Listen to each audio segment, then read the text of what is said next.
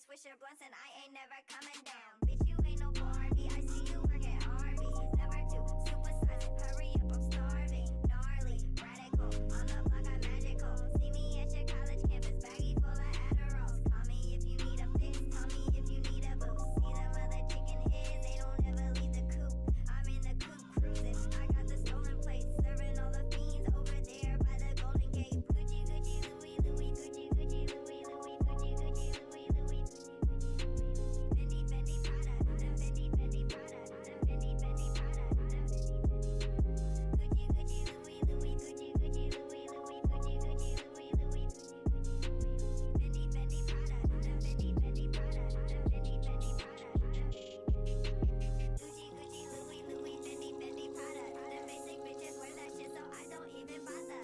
Gucci, Gucci, Louis, Louis, Fendi, Fendi, Prada. Them basic bitches wear that shit, so I don't even bother. I put that on my partner, I put that on my family. Oakland City represent, address me as your majesty. Yeah, you can kiss a ring, but you can never touch the crown. I smoke a million Swisher blunts and I ain't never coming down.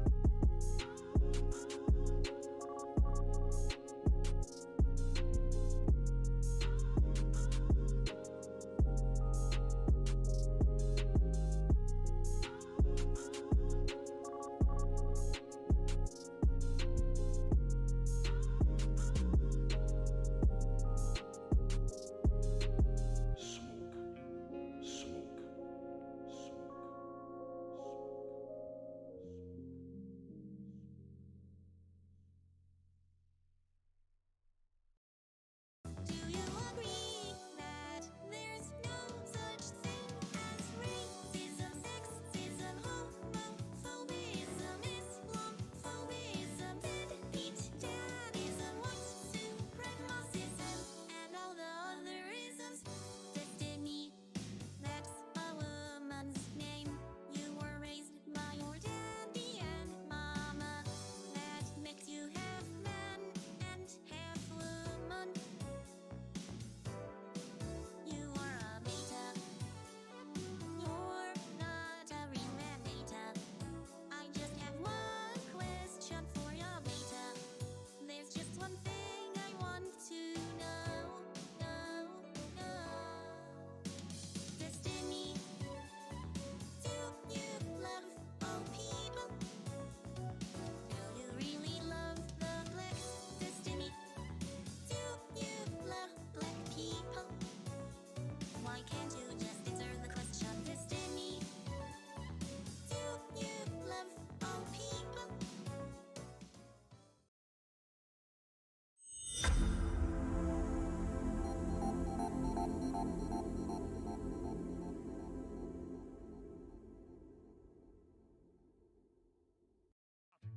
the company store, the paradigm of absolute control. And that's why we're just out here doing simple things, pointing out that we're meant to be in nature and be natural.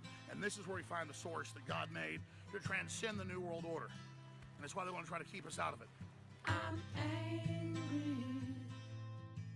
I've had enough of these people. They're a bunch of Christian murderous scum. They're on giant death factories keeping babies alive. They're selling their body parts. What more do you need to know about these people? I go out and face these scum.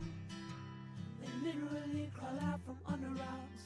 They have green-looking skin, and they run around screaming, we love Satan, we wanna eat babies.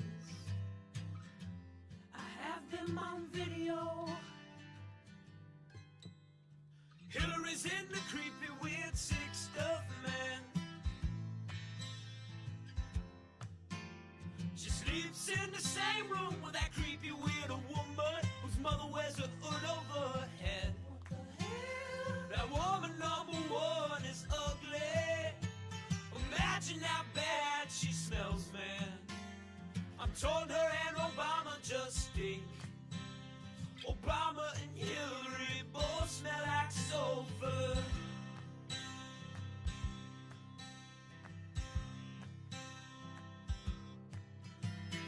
Literal vampire pot and the goblins are hobbling round coming after us.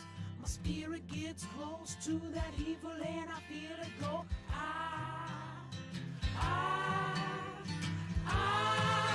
We're such self-centered crap. We don't even notice hell itself rising up against us. Millions of pointed people of the very worst type, and I'm so pissed. We're gonna stab your daughter at the mall. We're gonna stab your wife, your son.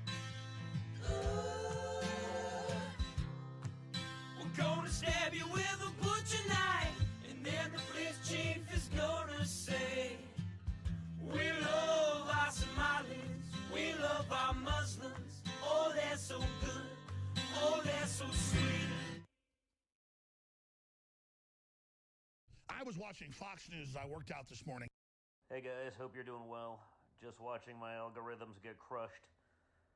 I guess I did something to piss off the Instagram gods, so hopefully you're seeing this stuff anyway.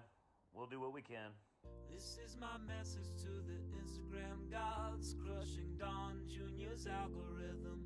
Yeah, you've been caught. You think this actual 10-second clip of him attempting to face the camera toward him is worth only 250,000 views?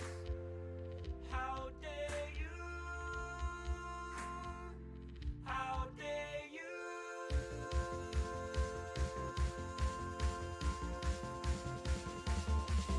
I keep pictures of Don Jr.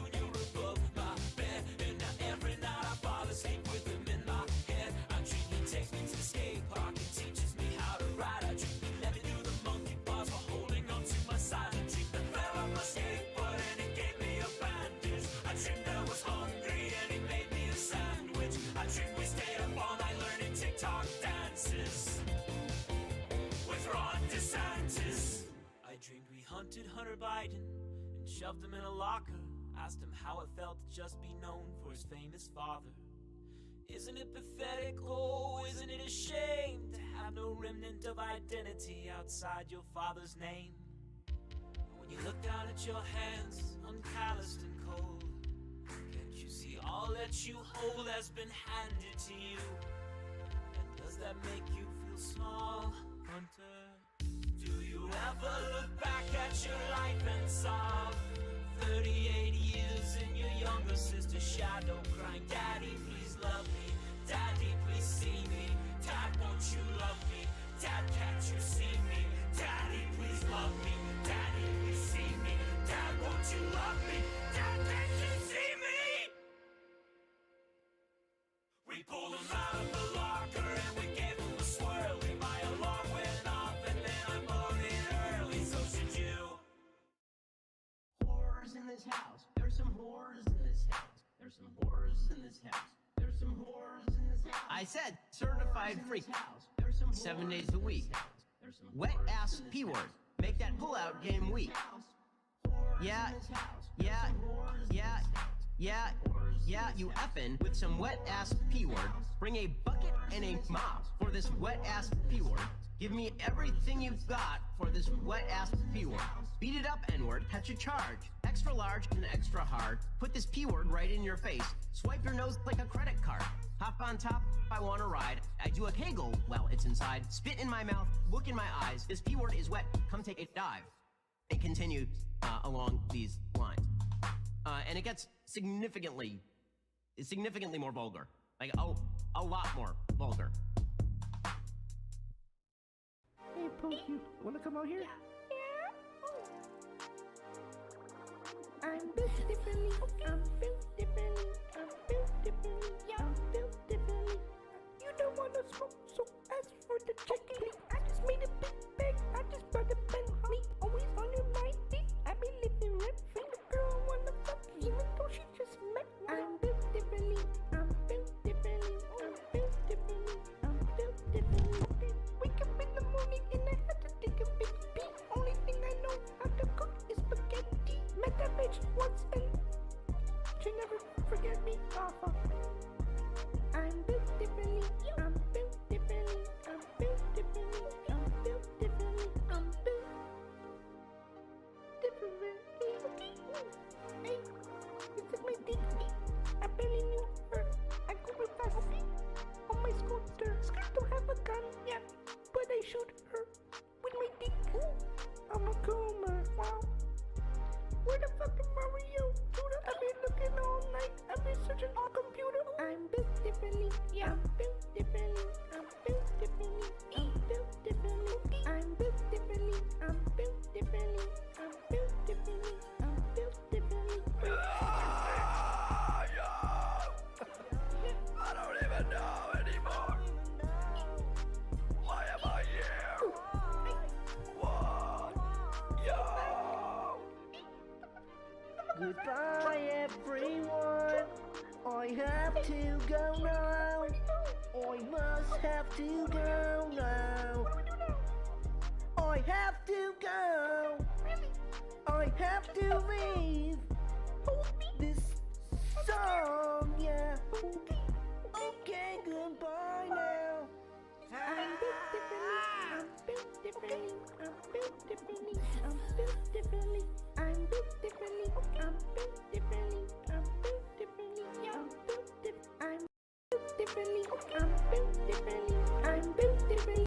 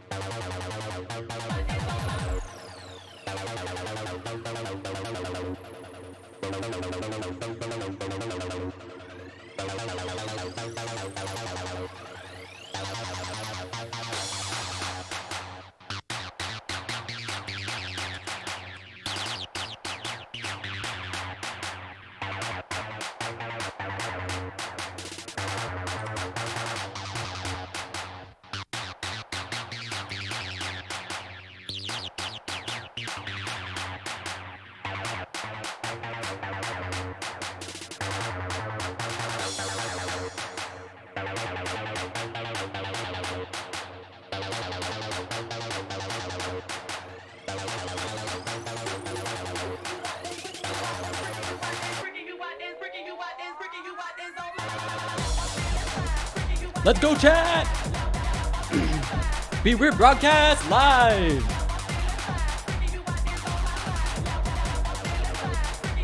How you doing? It's Friday. Freedom! This is it. This is gonna be a stream for freedom. I gotta learn better dance moves in this chair. So good. How you doing? How you doing? Hope you vibing. I'm peeking. We got some crazy good news set up. Hell world. Hell yeah, freedom convoy. Let's go.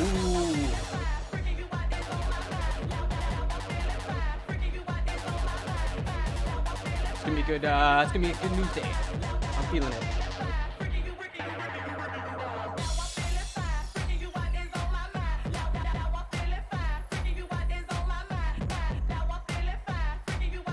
Fuck, I miss dancing so much. I gotta hit a dance floor. Fuck. I think a friend of mine's DJing. Shades Lawrence. Right. Should go to that. Yo, so how you doing? How you doing? Yo, we here. We live. It is Friday, Easter weekend. I hope you have the day off. If you're a working chud like me, you know, hopefully you got the day off. And yeah, so we got some time for streaming. We can check out what's been happening. So much has been happening. America is backsliding so fast. It is no longer a first world country. We got some really good reporting from Channel 5 News that I'm super excited to look into. Andrew Callahan went to Ukraine and did a lot of, looks like, just interviewing people. So we're going to hear from Ukrainians and what it's been like to live in Ukraine during the war. We're going to dip into some, let's say, some right-wing Canadian outrage over who I'm calling Trudeauthoritarian. Trudeauthoritarian. It's a mouthful, but I think it's really funny. You know, going back to the "Let's Go Brando" chants. So we're going to see what's going on with that. I think there was some news with the Pat King bail hearing. We'll see how close we can get to that. And then Washington Post had an interview with Donald Trump, who was like, yeah, man, I wish I could have marched on the Capitol. I should have been there. So we're going to see what the hell that's all about. It's going to be a good stream. I'm excited. I hope you're excited. And if you're not excited, I hope you're super relaxed and feeling chill. Yeah, I think that's everything we're going to cover. So yeah, abortion is currently illegal in several places in America. Freedom Convoy and Trudeauthoritarianism. And then we'll catch up with the war in Ukraine. I got a bunch of stuff all lined up. Should be a good stream. So yeah, let's get it. I got some lovely tea too. I'm all caffeinated. It's gonna be great. It's gonna be great, everybody. So let's jump on over to our first segment right here.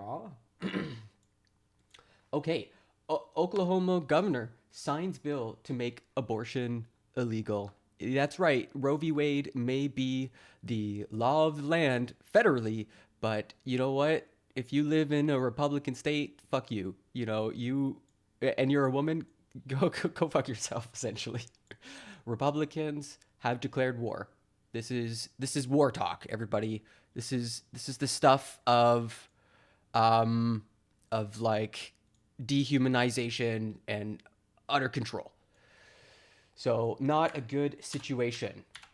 Oklahoma Governor Kevin Stitt has signed into law a bill making it a felony to perform an abortion, punishable by up to 10 years in prison. Now, we covered this on a previous stream, but as you can see, I got 2 others. So this is a bit of old news, 12th April, but don't worry, there's more coming. Certainly looks like the Conservatives are ready to do it. What would a post-Roe versus Wade world look like? And to be clear, like we're basically there. When the Supreme Court looked at that weird Texas law and was like, a bounty hunter system that empowers citizens to sue each other for facilitating a medical procedure. Yeah, we're just not gonna have an opinion on that.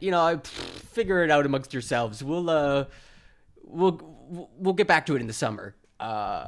And that was a massive signal to every other Republican state, like, go time, let's go, start sending in your lawsuits that directly counter Roe v. Wade so that we can pump it up to the Supreme Court and strike this fucking law down. Let's go, all hands on deck. So, yeah, this is straight up Gilead territory, Handmaid's Tale. And what can Planned Parenthood do in such a world? Well, thank you, Terry, for having me on. I mean, look, the post-Roe world, we're already living in Texas right now. If past is prologue, right? If Texas. Current is prologue. Fucking Texas.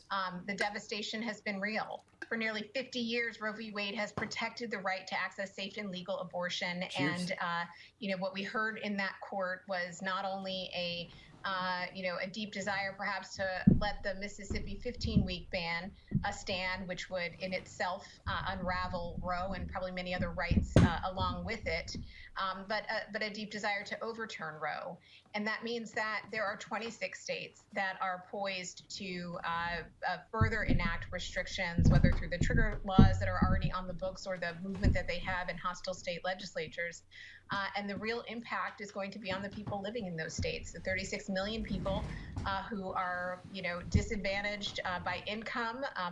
This is kind of what Sotomayor said in the dissent, like to the Texas. There's like, you guys are just kind of suspending law right now. Like, what about all the people who currently have babies in their bellies and maybe are like, or fetuses, I should say, and they're like, this isn't right for me.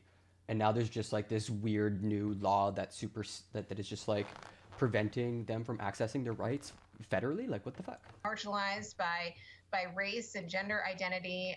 Those are the people who are going to be bearing the brunt of policies that we see these states potentially enacting. Also, look at that piano. Oh, you can't see it, but she has this sick piano in the background. Can you see? Cute little piano. And it's states, it's really regions. You look at the states that have those trigger laws, it runs from the Carolinas, all the way to Oklahoma and Texas, a whole region of the country where abortion seems likely to be criminalized or very severely restricted in a post-Roe world. What would that mean for Planned Parenthood? I mean, would your mission change?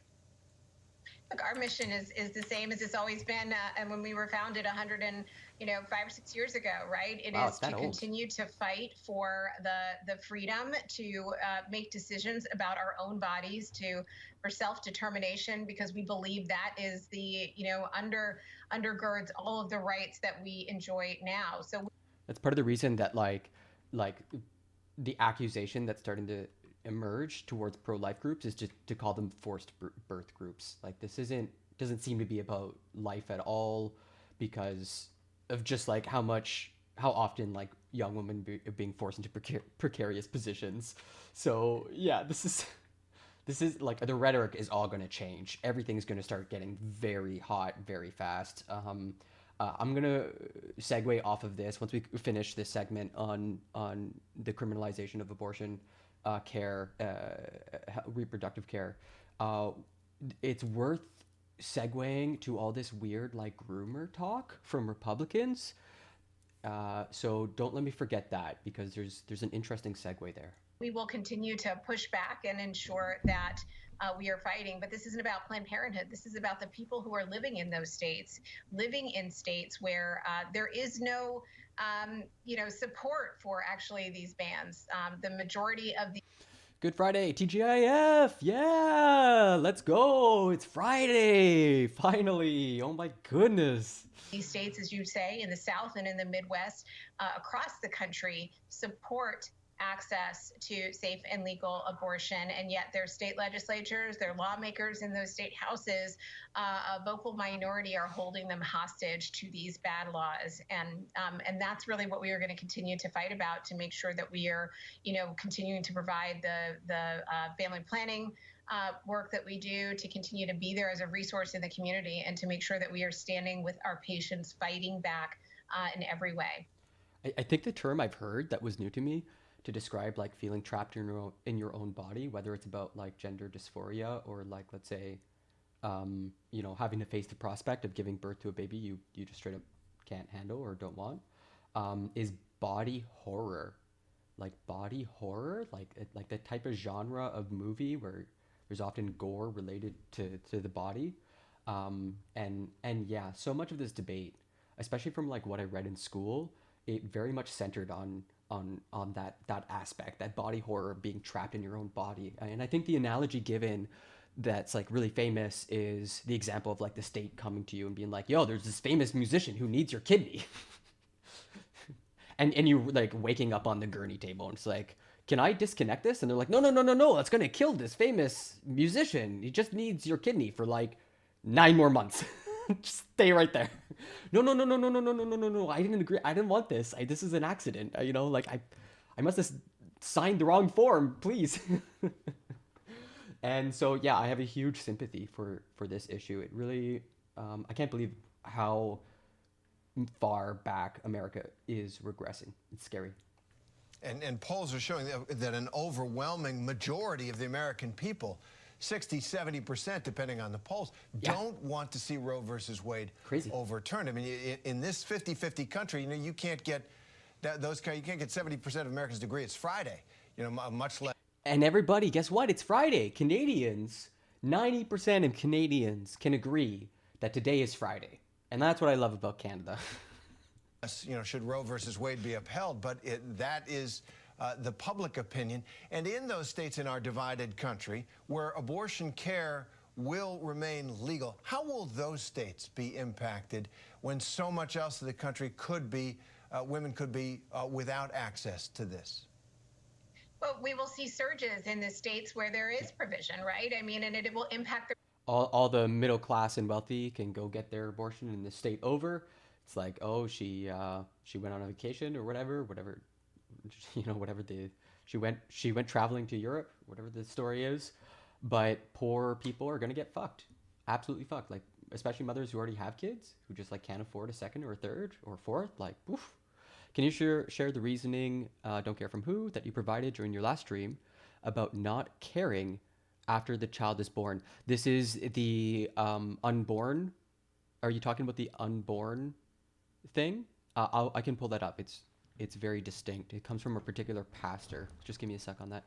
Residents in those states. This is not just about what's happening in the South and the Midwest. It's actually, and I say it, we are seeing it right now in Texas. The patients who are leaving Texas to go to New Mexico and Oklahoma are displacing those patients who are also now having to travel to Arizona and California. So, what we are calling on the states where we've already codified Roe, where there's an opportunity to push or expand legislation, is to do just that, is to demonstrate the imagination of where we should be around sexual and reproductive health care in this country 50 years post this landmark decision, to ensure that we can demonstrate what it actually means and looks like for people to have full control over their bodies and a determination of whether or not they will become pregnant. And I think what we are seeing in a state like Texas is many people are faced with forced pregnancy in a way that may be harmful to their health, to their family, and their community. Yeah. So there it is, Stool Chief. The unborn are a convenient group of people to advocate for. And like the point of this is to emphasize the convenience part. It's a very powerful very powerful thing, but don't forget that it's about convenience. And this is part of what, like when people are so strongly pro-life, they often come from a very strongly moral position.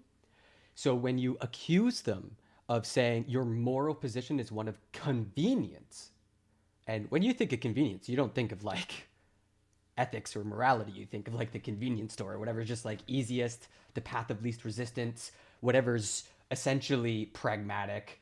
And pragmatism is like at the opposite end of the spectrum to moralism, to ethics, to like grandiose ideas of how everyone ought to behave.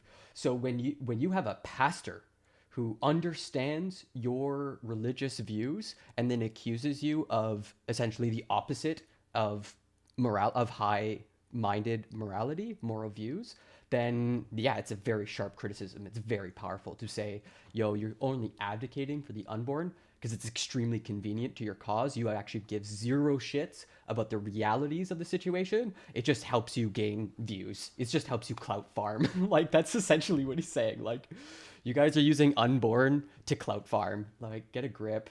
You haven't done the work of actually trying to help real people, because it's difficult, it's flawed, it's not exactly straightforward.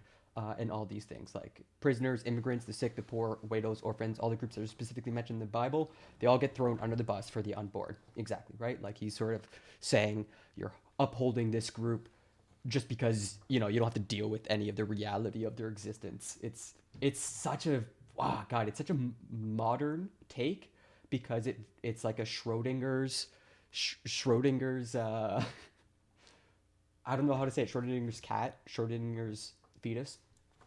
Okay, we're moving on. So yeah, we got Texas, Oklahoma now has made it a felony, punishable by up to 10 years. That's the part that really grinds my gears, man. Just absolute cruelty. Reminder that cruelty is the point. And this is why they're targeting doctors. Okay, next, Kentucky. Now, Kentucky lawmakers block access with new law effective immediately. They fucking passed it, everybody. Law, like, it done happened. April 13th, from Reuters. Kentucky effectively suspended legal abortion access on Wednesday as the legislature enacted a sweeping anti-abortion law that took effect right away and forces providers to stop offering abortions until they can meet certain requirements. The impact of the law makes Kentucky the first U.S. state without legal abortion access since the 1973 Supreme Court case Roe v. Wade established the right to end a pregnancy before the fetus is viable, abortion providers say. Abortion rights advocacy groups have said they will challenge the bill in court. And guess what's going to happen there? Straight to the Supreme Court, you know, like, right? You can see it happening already, right? The law imposes requirements that the state's clinics say make it too logistically difficult and expensive to operate, including a provision requiring that the fetal remains be cremated or interred. Yeah, straight to jail. This is madness. Absolute madness. It reminds me of like there was like some bill where in one of its early drafts, it punished people who got ectopic pregnancies. Like, you couldn't get an abortion even in the case of an ectopic pregnancy, which, if I understand correctly, is like when I think I'm so dumb. The egg gets stuck in the fallopian tube, maybe, and it just grows from there, and then it explodes and kills you. You can't have a baby growing in your fallopian tube or a fetus. So you don't have a choice. It is a fatal situation. Abelina Serena talks about this, and it's very evocative in one of her videos, and you can go check that out. But essentially, the people drafting these bills are so deeply ignorant about the realities of reproductive care that they include these provisions that are cruel, nonsensical, or just like insane, man. Like, imagine having to inter about what is going on with you people. Moving on, it calls for a combination birth, death, or stillbirth certificate to be issued for each abortion. That's right, everybody, a birth death. And it bans abortions after 15 weeks of pregnancy. It's like, what, 3 months? First trimester? Yo. Oh gosh, Kentucky Governor Andy Beshear, a Democrat, vetoed the bill on Friday, but the Republican majority House and Senate overrode his veto. Oh my God. Kentucky. In his veto letter, Beshear expressed concern that the bill did not include exceptions for abortions in cases of rape or incest and said it was likely unconstitutional because of the requirements it imposed on providers. You know, the only thing that is going to get me through this insane and evil story is, of course, Nintendo stream music. Because the world is dark and scary, everybody. Sometimes all you can do is fucking laugh. I don't know if any of you have read The Watchmen or watched A Watchmen, but the character, the comedian, I really sympathize with. Just looks at the evil, at the world, and laughs. Mind you, he also participates in evil. So I don't know. I'm not game for the whole participating in the evil part, but certainly pointing at it and going, oh my God, that's really evil. That's kind of, I think that's my jam. Okay. Rape and incest, quote, rape and incest are violent crimes. Victims of these crimes should have options, Beshear wrote. Okay. The legislature overrode several other of Beshear's vetoes on Wednesday, including a bill banning trans girls from playing girls' sports. Hey, I don't need to segue. They did the segue for me. Look at this, everybody. You know, is there any fucking surprise that the same people who are making women give birth to babies they don't want also fucking hate trans people? Like, is there any surprise these people are transphobic? So we're gonna get into the whole, yeah, we'll get into that topic just after this. Two provisions in the abortion legislation hinder the state's abortion clinics from operating, according to Planned Parenthood's Kentucky State Governor Tamara Weeder. The first is a requirement that the State Board of Pharmacy certify providers who dispense abortion pills. This is something you could get in the mail. You know, that's what's going to happen. People are just going to start mailing it to each other. Until abortion providers are certified, they're prevented from offering medication abortions, which is like super common. The second is a requirement that fetal remains be cremated or interred, which places logistical and cost burdens. We covered that. The bill also bans telehealth. What? It bans telehealth for medication abortions, requiring an in-person doctor visit for patients seeking to end their pregnancy by pill. In the height of the pandemic, they're like, you have got to make sure you go into the doctor. Yeah, exactly. That's kind of how, that's the attitude. Just a very hard-nosed, you know, just clear-eyed. Hard-nosed and clear-eyed. And a sardonic smile. Republican-led states have been quickly passing ever stricter abortion bans this year with the anticipation that an impending U.S. Supreme Court decision could help the bans withstand legal challenges. So that's what might be happening in the next 6 months. America's going to split for most women in two. On Tuesday, Oklahoma's governor signed a near-total abortion ban that is due to take effect. We just covered that. So now, this is the New York Times one. This is a bit more zoomed out, so I think we can skip it because we zoomed in. This is good to know, though. Abortion bans have been introduced in 30 states this year, according to the Guttmacher Institute, a research group that supports abortion rights.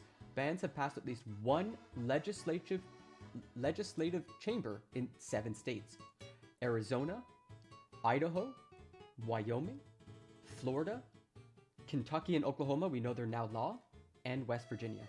They have been enacted in 6 of those states. Okay, yeah, here we go. Florida, Oklahoma, Kentucky. Holy shit. That's so much faster than I thought. I just started covering this like a day or 2 ago, and already there's like 6 states. Okay. All right then. Okay, everybody. So the segue I wanted to talk about real quick, this is a bit of a touchy issue. This is a touchy issue we're going to talk about, everybody. So you might have heard all the accusations from Republicans that, you know, the people on the other side, their friends on the other side of the aisle are groomers, are people who are engaging in, let's say, like, I don't even want to talk about it. It's such a dark issue.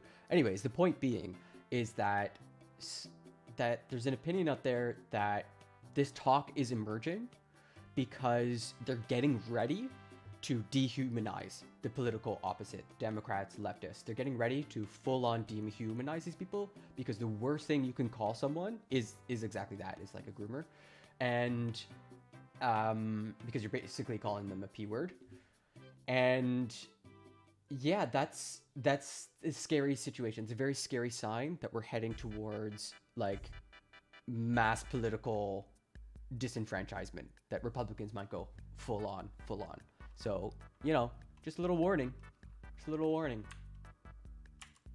So yeah, it's got me a little worried, let's say. So on that note,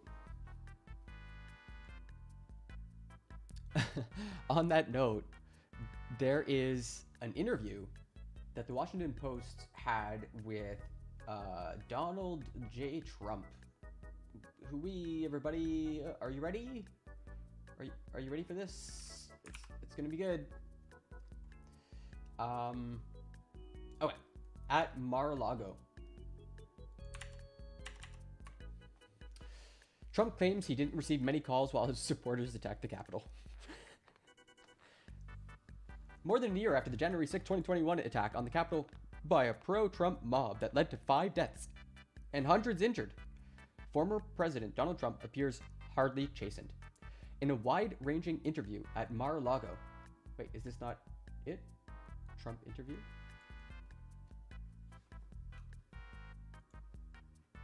Okay, wait, I think this is the actual interview. Here we go. Palm Beach, Florida. Former President Donald Trump voiced regret Wednesday over not marching to the... I can't even get through it. I can't even get it. It's so good. It's great, everybody. This is deeply deranged stuff. I cannot believe it. Former President Donald Trump voiced regret Wednesday over not marching to the U.S. Capitol the day his supporters stormed the building, and he defended his long silence during the attack by claiming House Speaker Nancy Pelosi and others were responsible for ending the deadly violence. I didn't storm the Capitol, and it's cool I didn't say anything during the attack because Pelosi stopped it. Jesus Christ. I want to stop being surprised, but at this point, I mean, it's just like a weird loop. Quote, I thought it was a shame, and I kept asking, why isn't she doing something about it? Why isn't Nancy Pelosi doing something about it? And the mayor of DC also. The mayor of DC and Nancy Pelosi are in charge, Trump said of the January 6, 2020 riot in a 45-minute interview with the Washington Post. Quote, I hated seeing it. And I said, it's got to be taken care of. And I assumed they were taking care of it. This is the commander-in-chief, everybody, describing his silence as the Capitol is being overrun by a violent mob seeking to overthrow the government. And he's like, is somebody gonna do something? Commander-in-chief, everybody, he can send nukes across the planet. Or could at one point in time. Jesus. The 45th president has repeatedly deflected blame for stoking the attack with false claims that the 2020 election was stolen. And in the interview, he struck a defiant posture, refusing to say whether he would testify before a congressional committee investigating the January 6th assault. Trump said he didn't remember getting very many calls that day. And he denied removing call logs or using burner phones. This is so good. I just finished watching Better Call Saul, which is like, you know, you're following the story of how a good-natured or like sort of good conflicted-natured lawyer becomes a criminal lawyer, like a criminal lawyer. And this is way more funny. This is way more ridiculous. Way more ridiculous. The president's like, I've never heard of a burner phone. What's a burner phone? Trump also said he had spoken during his presidency with Virginia Ginny Thomas, the wife of Supreme Court Justice Clarence Thomas, and we talked at length about how insane it was that Ginny Thomas was texting Mark Meadows, the head of the House GOP, being like, lol, let's overthrow the government, you know, like, should be fun. A 7-hour gap in Trump's phone records on January 6th and Thomas's text to then White House Chief of Staff Mark Meadows urging the White House to fight the election results have both come under scrutiny by the January 6th committee. So yeah, this paragraph basically condenses insanely explosive revelations. The Ginny Thomas stuff and the 7-hour gap. Like, these are massive scandals. Absolutely insane. During the attack, Trump watched television, criticized then-President Mike Pence, and made calls pushing lawmakers to overturn the election as the violent mob of his supporters ransacked the Capitol. He was eventually persuaded by lawmakers, family members, and others to release a video asking his supporters to go home 187 minutes after he urged them to march to the Capitol during a rally near the White House. He was described by advisors as excited about the event. His advisors say he was excited, and he said he didn't get many calls and that he hated seeing it. Right. Okay, guy. Trump, speaking Wednesday afternoon at his palatial beachfront club, said he did not regret urging the crowd to come to Washington with a tweet stating that it would, quote, be wild. He also stood by his incendiary and false rhetoric about the election at the Ellipse rally before the rioters stormed the Capitol. I said peaceful and patriotic, he said, omitting other comments that he made in a speech that day. In fact, Trump said he deserved more credit for drawing such a large crowd. You know, we didn't credit Trump with how popular that event was. You know, that's true. We haven't really focused on how Trump didn't earn enough credit. That's the true tragedy in all this. He said he deserved more credit for drawing such a large crowd to the Ellipse and that he pressed to march on the Capitol with his supporters but was stopped by his security detail. Quote, Secret Service said I couldn't go. I would have gone there in a minute, he said. More than 10 minutes after leaving office, former President Donald Trump maintains a powerful hold over the Republican Party. Yeah, that's worth watching later. The former president praised organizers of the rally, some of whom have now received subpoenas from federal authorities, and repeatedly bragged about the size of the crowd on the Ellipse when questioned about the events of January 6th. Quote, the crowd is far bigger than I even thought. I believe it was the largest crowd I've ever spoken to. I don't know what that means, but you see very few pictures. They don't want to show pictures. The fake news doesn't want to show pictures, he said. Quote, but this was a tremendous... there's no Trump voice that makes sense to me. It's not my fault, but it's thanks to me. All the good was me. All the bad, not me. I mean, not me, right? Easy.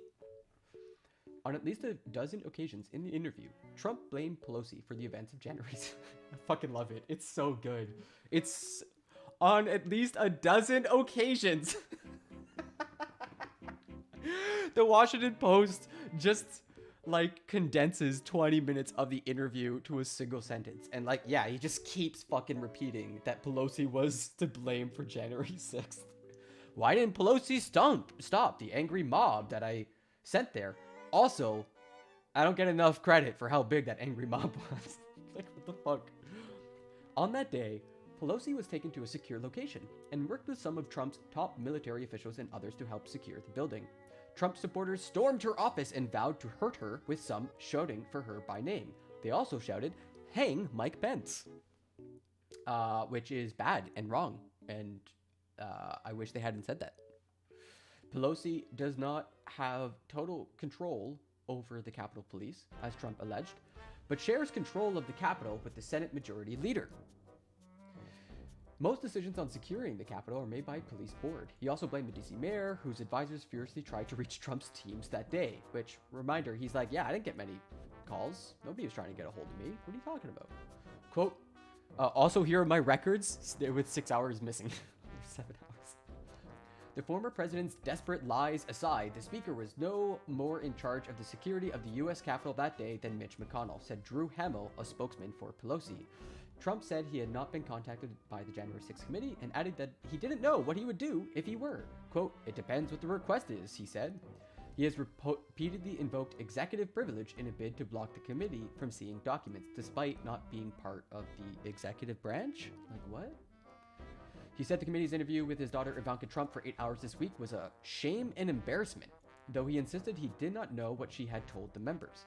He said he also did not know what her husband, Jared Kushner, had told the committee, and that he had offered the couple privilege if they wanted it. They declined, Trump said. And Jared Kushner just closed out like a $2 billion deal with the Saudis. So it looks like that whole Jamal Khashoggi arc has come to an end.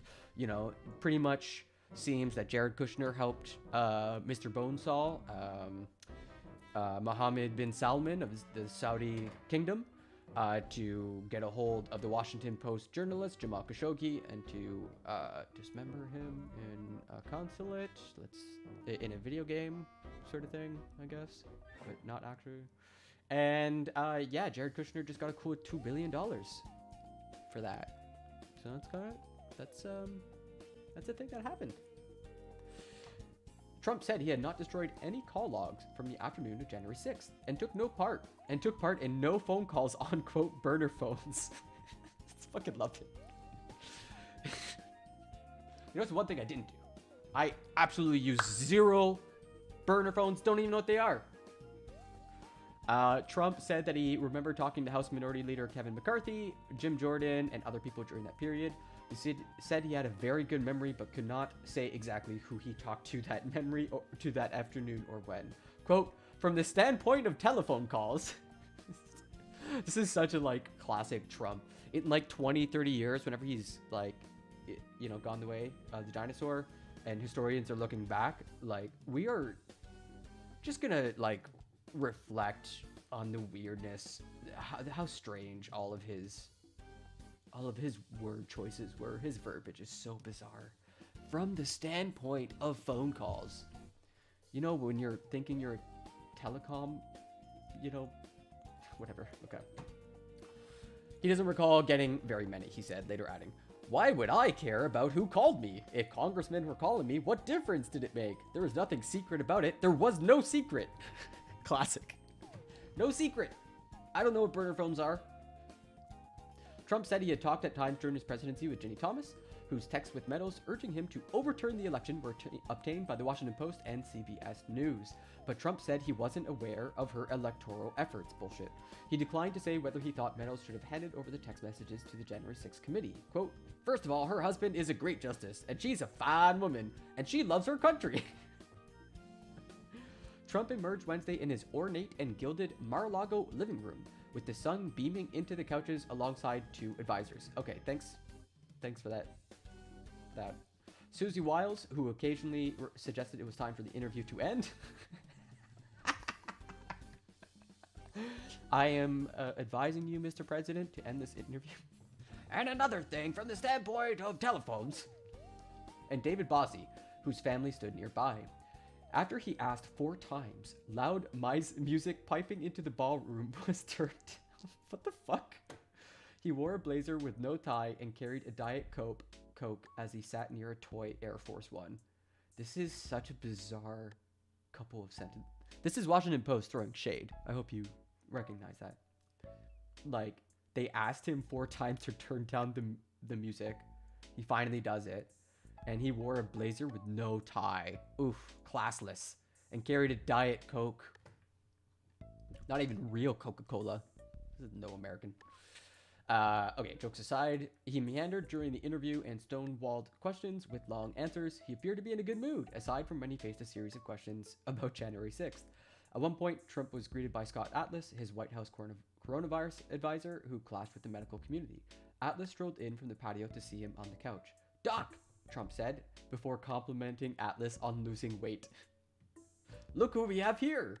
This is the center of the universe, he said, shortly after Atlas walked away. Come back later, he hollered after him. It's like fucking, it's so weird. Just so weird. Trump also delved into foreign policy, lashing into NATO for not doing more to help Ukraine. Trump has repeatedly lampooned the organization and said he threatened NATO leaders during a 2018 meeting in Brussels, a notion his advisors denied vigorously at the time. A lot of people, quote, a lot of people are a little bit surprised. I think they're very impressed with Ukraine, but they're not impressed with what NATO is doing because a lot of people think NATO could be doing more, Trump said, speaking in general terms because he absolutely has no understanding of how NATO works. When asked whether he had changed his mind on Ukraine, a country he regularly criticized as president, he began speaking about his impeachment trial that was launched after he asked Ukrainian President Volodymyr Zelensky to investigate Biden's son, Hunter Biden, and find an email server. Remember that do me a favor, though? That real mob bosser kind of, hey, I need you to do me a favor. Okay, this goes on. He's crazy. We get it. It just, some of it is really wild and insane, and it's fun just to get a little taste. We're gonna move on. There's one last thing I wanted to touch on. According to Esquire, I think this is more of an opinion piece by Charles Pierce. Mitch McConnell knew the depths of Trump's plot to steal the election weeks before January 6th. So this guy, I guess, is talking about a quote.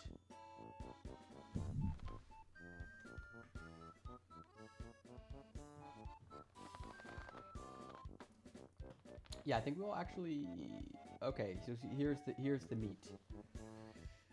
An excerpt of the book provided to CNN also underscores the difficult political spot in which Trump's conspiracies left McConnell, who is hoping to shift the focus away from the 2020 election and instead put the weight of the party behind the races for 2 Senate seats in Georgia, both of which were headed to January 2021 runoffs and would determine the next Senate majority. Wow, that's a long sentence.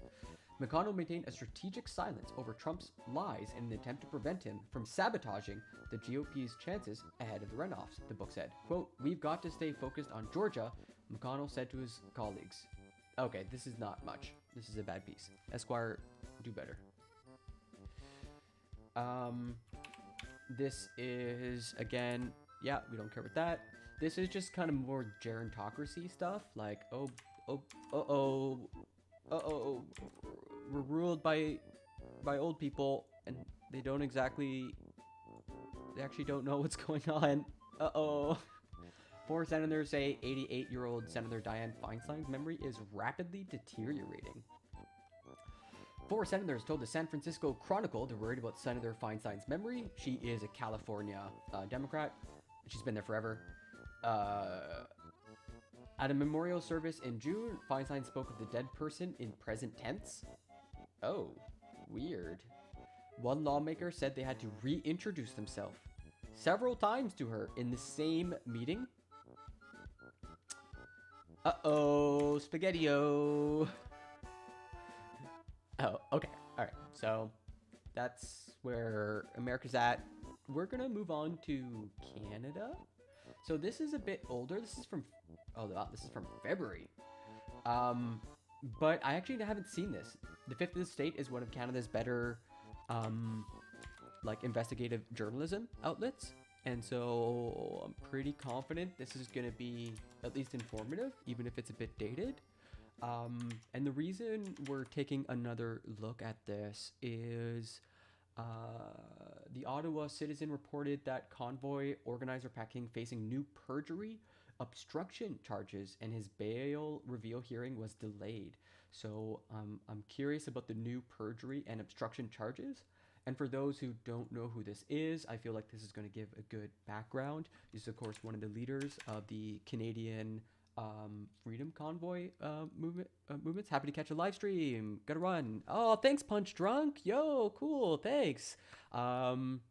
Yeah, I'm happy to see that you can take part in the conversation. I'm usually here in the mornings, so it's good to like have a coffee, and on the weekends throughout the day.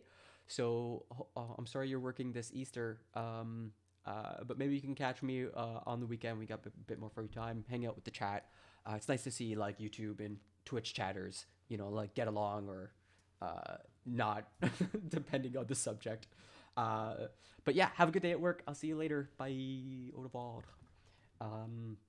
We're gonna watch this, and it's gonna give me a chance to go to the washroom, check out a bit more of the Pat King stuff. And apparently, according to this live stream, there's actually some stuff happening in Ottawa today, apparently. So, like, we're gonna scrub through this looking for information because it's giving us some like updates on, you know, upcoming events, even though the crowds are obviously very sparse. So yeah, I think this story still has just a bit of leg on it. So we're just gonna like touch base on it. I'm gonna go pee. Be right back. Just read this quickly. On January 28, 2022, a convoy of trucks descended on Ottawa, bringing in thousands who said they were protesting vaccine mandates and public health restrictions. Among them were people with other goals. They occupied part of the city for 3 weeks before police cleared the streets. Pat King is one of several organizers of the Freedom Convoy and promotes racist and anti-Semitic conspiracy theories on social media. It's a lie. It's a lie. In an interview with Fifth Estate host Gillian Finlay, he made multiple false claims related to COVID-19 and vaccines.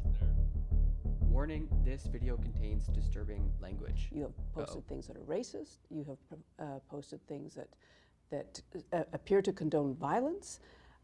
This is troublesome. You know, if you want to understand why the government and many people in this country are worried about people like you, it's because of the kinds of things you say. Okay. Can I answer those things that Sure, sure. that you're accusing me of? Yeah. So first of all, racist is nothing. There's never been a racist derogatory comment out of my mouth. When you Mr. see- King, I have watched see the videos. I when you have see the watched videos- them. You might want to change your name to Ishmael, or drop a bunch of change down the stairs and call yourself Chong Ching Ching Chang. The videos that you're watching are clipped videos that have been clipped out and made into a video to be something it's not. You have talked about a plot to depopulate the Anglo-Saxon race, Nope. which you says, I've seen your video, Yeah. I've heard your words. That video was talking about how the population of the Anglo-Saxon Hold race up. is I being actually diminished. don't think we can watch this. That's what I. That was a bit too much. I'm sorry. Yeah, I didn't realize he was gonna go full hard the first couple seconds. Sorry. Let's skip to this is from Ottawa Citizen. This is Tamara Litch. God damn it, Pat King, you're such a racist piece of shit. Hopefully I can go to the washroom and we won't hear racist things. Jesus Christ. Let's try again.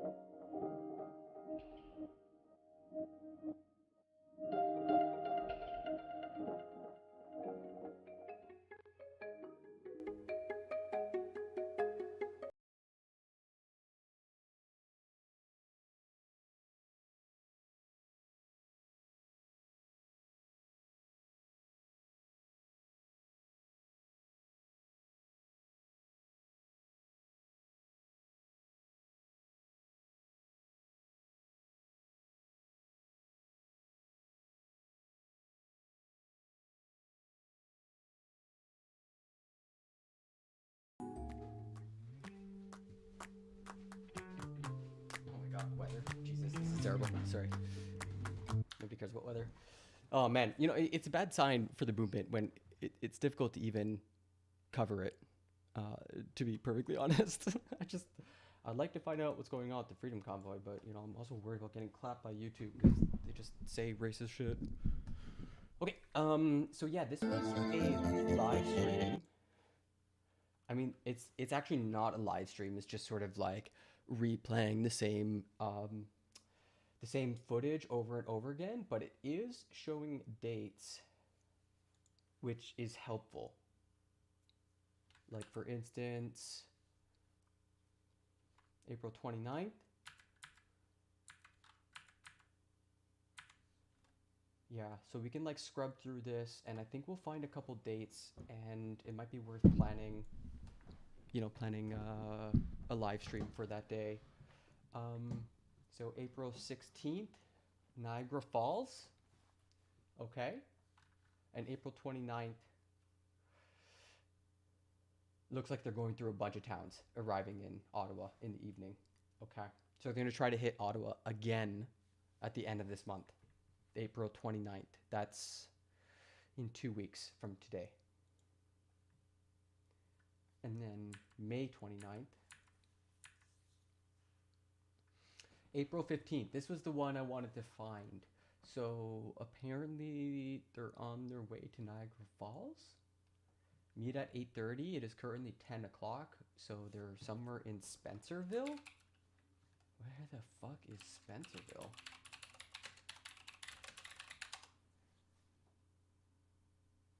Yeah, there's not going to be any news about this. I doubt it. But there you go. It looks like this stuff is still going. They should be in Niagara Falls by tonight, and then heading over to, Ottawa in another couple weeks. Niagara Falls by tomorrow. Flag exchange with American supporters. Okay, this actually might be awesome. This might be actually hilarious. Okay, let's look into what's going on with Pat King, and then we're going to move on to the next segment. Pat King's bail review hearing took an abrupt turn. Yeah, let's just make this bigger. Pat King's bail review hearing took an abrupt turn for the second time in as many days when he returned to court Thursday morning to learn he is facing new charges of perjury and obstruction of justice. Uh-oh, stinky. Wednesday's scheduled bail review hearing, where King was seeking his release on conditions proposed by his newly hired lawyer, David Goodman. Saul Goodman? David Goodman? Okay, so the scheduled bail review hearing was also abruptly halted when an automated voice emanating from Goodman's computer indicated his security had been breached? What? That brought a crashing halt to the day's proceedings as Superior Court Justice Graham Hugh granted a quick adjournment. And since the bail hearing had been covered by a standard publication ban, the judge extended that order to include the admittedly odd reasons for Wednesday's adjournment. The judge lifted that order on Thursday morning as Goodman again appeared from his Toronto office by Zoom to report that there had been no breach and no files had been compromised. What? It's been an unusual last couple of days, the judge said at the close of Thursday's session. Post Media had challenged the ban on the reason for the adjournment. Wow, Post Media. What? King's bail review is being held in person at the Ottawa courthouse, and the Zoom feed is not being made accessible to the public. A departure from prior virtual hearings involving accused Freedom Convoy leaders. And probably a good choice, because people were like kind of crashing the Zoom room, making it hard to like actually conduct it. Like important people weren't able to get into the room because a bunch of like onlookers were clogging up the system. King sat in the prisoner's box. Sounds like this is such like a Canadian thing. Go sit in the penalties box. I mean the prisoner's box. King sat in the prisoner's box on Thursday, appearing slimmer than in previous appearances, wearing a checkered flannel shirt and vest, his side-shaved hair in a braided ponytail, and quietly shook his head as the new charges were read. A publication ban remains in effect on the information and evidence shared during King's bail review, along with the circumstances and reasons that support the new charges of perjury and obstruction of justice. Damn, so we won't actually find out. That's unfortunate. We'll have to wait a little bit for a better update. So that's very spicy. Very spicy. The publication ban also extends to the arguments made by Goodman or Assistant Crown Attorney Moise Karimji and includes any reasons that may be given by the judge. A publication ban is routinely granted during the bail phase and remains in effect until the accused person is either discharged or the trial is complete. It is notable, however, that such orders were not sought or granted in several other high-profile convoy-related hearings. This week's in-person court session, with Zoom access reserved for Goodman and others directly involved in the case, was attended only by members of the media and a handful of observers. Wednesday's abrupt ending and the fact that no details could be shared by the media led to rampant speculation on social media over what could have led to the sudden adjournment. The in-person hearing is a departure from prior virtual bail hearings involving accused key figures. Cool. All right, so that's the story, everybody. That's the story. We don't know why he got perjury and obstruction charges. And it looks like we won't find out for a little bit. So that's my cue to move on. Okay, this is some good shit. This is some amazing stuff. I found this new account called Toronto 99 News, and they're saying Pat King is being charged with perjury for allegedly lying under oath. Why is Justin Trudeau, or should I say Trudeauthoritarian, not being charged for lying to the people of Canada? Is Trudeau a corrupt dictator? Asks Toronto 99 News. According to many Canadians, more than just some, Trudeau must go. Let's listen to this very reasonable and totally not biased take from Toronto 99 News. Today is a very dark day in Canadian history. And let me tell you why. Randy Hillier, a sitting politician in Southern Ontario, was arrested by the Ottawa police. I'll show you a clip right here. Anyway, today, going into the Ottawa police, I've been asked to surrender, face charges for expressing myself at the Freedom Convoy, and I've been deemed that I have to prove that I'm not a danger to society to have my freedom. Wait, what'd you say? Now, you're probably asking yourself, what did Randy Hillier do? Did he rape someone? Whoa. Did he kill someone? Strong language. Did he ram his car into a bunch of pedestrians? No, he did not. He did none of those things. I'll tell you what he did. The only crime Randy Hillier is guilty of is being involved in a protest that embarrassed the Trudeau regime.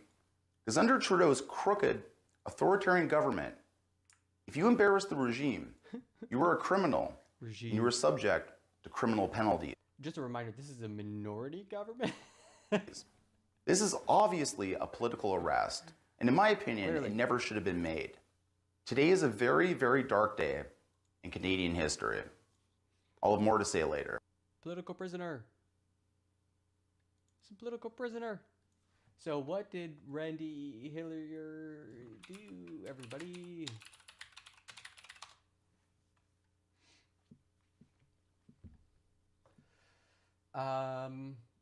He has been outspoken against... Oh, wow. Actually, if we go further back, this is... Okay, this is some good shit. Hillier was a candidate in the 2009 PC leadership election and the interim leadership election in 2014. So he's tried to become the leader of the Conservative Party twice. And even as an interim one, he couldn't get it. He has formerly served as the PC critic for the Attorney General, Labour, Northern Development, and Mines and Forestry in the legislature. Hillier was removed from the PC, the Progressive Conservatives Party, by Premier Doug Ford in 2019 after making disrespectful comments to parents of children with autism. Like, what are you doing? He has been outspoken against the use of face masks, vaccines, and lockdowns during the COVID-19 pandemic. He spent extensive time at the Freedom Convoy occupation, encouraging people to flood police phone lines during the clearance of protesters, and is currently on bail following 9 charges related to his activity around the protest. So I think that's probably the problem. I'm guessing telling people to clog police lines is very illegal. That's my guess. I don't know much about the law, but Yeah, my name is Randy Hillier. I have an appointment to see Detective Geller. Far from a politician's usual door knocking, Independent Ontario MPP Randy Hillier arrived at Ottawa Police Headquarters today and faced charges for his role in the Ottawa protests. 9 overall, including assault, obstructing or resisting a public officer, mischief, and counseling mischief. Hillier suggested he had no idea why he was here. I only ever greeted people he's independent. Wow, no party will even stand by him. Interesting. with love and affection. The Crown pointed out he posted much of their evidence against them. This is the hill we die on. Let's go! Prosecutors cited this video in court. He's seen pushing against a police barricade and making contact with a Parliamentary Protection Service officer. I was quite disturbed to see that he was involved in the occupation. Hillier's no Yeah. You can't be criming.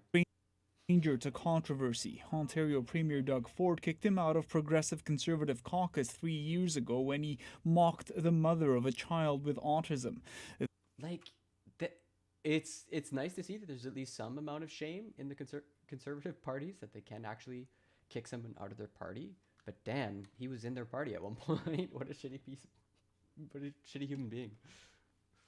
This year, he was barred from speaking at the Ontario legislature after he called Federal Transport Minister Omar Al-Gabra a terrorist and refused to apologize. As for today's charges, there's serious offenses that will have made. I think this is one of those old stock Canadians that that Stephen Harper used to applaud so major much. Consequences should Mr. Hillier be convicted in a court. This criminologist says prosecutors would proceed carefully. They want sufficient evidence and they want the right charges to be laid that aren't easily open to critiques. That this would be a political witch hunt.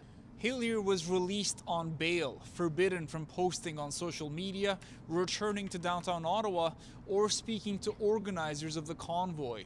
As police review hours of video footage from the protests, more charges against others could come down. This is the best part, is that, like, they filmed their crime spree. There's so much footage to go over, so you can just like keep layering on the accusations of criminal behavior. You're just like, yeah, we saw some more footage. After turning himself in on charges related to the convoy protest and occupation in downtown Ottawa, Randy Hillier was released on bail with conditions Monday.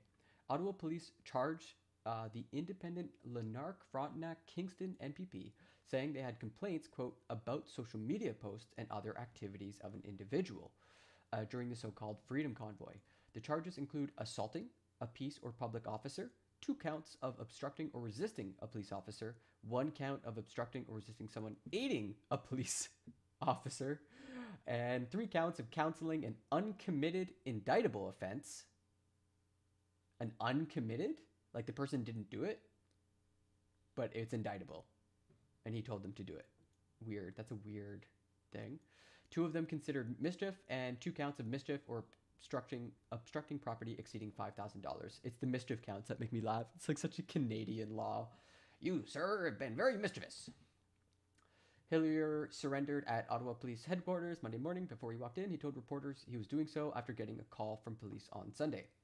During his court appearance Monday, the Crown alleged Hillier used his shoulder and hip to check a Parliamentary Protective Services officer out of the way after removing a metal gate as part of an effort to overwhelm protective services in downtown Ottawa during the weeks-long occupation. Gave him a hip check, everybody. You gave him the old hip check. Earlier in the day, before surrendering outside police headquarters, Hillier denied assaulting an officer, saying he only greeted people, quote, with love and affection and embrace and handshakes. Unless handshakes or warm embraces are now considered assault, I have no idea. Uh-oh. Your posting on social media poses a substantial risk. This is where we find out about the 1984 George Hillier's Animal Crossing. A consent release for Hillier had largely been agreed upon by his lawyer and Crown Prosecutor Tim Whiteman. His Whiteman. Okay. Oh, Jesus. The Eastern Ontario provincial politician put up 10 grand against his bail. A surety put up 25 grand to ensure Hillier abides by his bail conditions, which includes avoiding the general area of downtown Ottawa and avoiding contact with convoy organizers. As part of his bail conditions, he is unable to post on social media about the Freedom Convoy and anti-vaccine or mask mandates. So if we go Randy Hillier Twitter, we should not find anything. Okay, cool. Oh, probably because his account was okay, that explains that one. We don't need this, don't need that.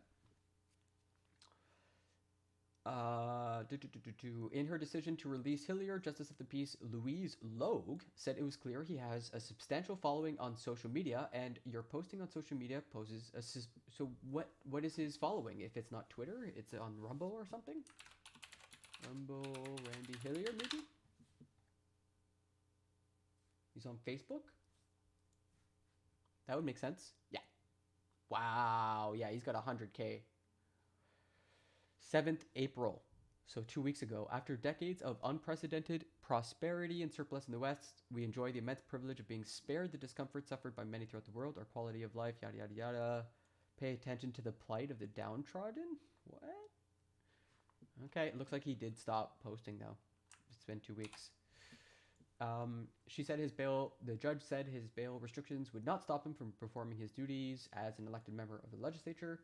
There were calls for Hillier's arrest in February when he encouraged people to, quote, keep calling 911 after Ottawa police warned people to stop calling the emergency lines to complain about police clearing streets.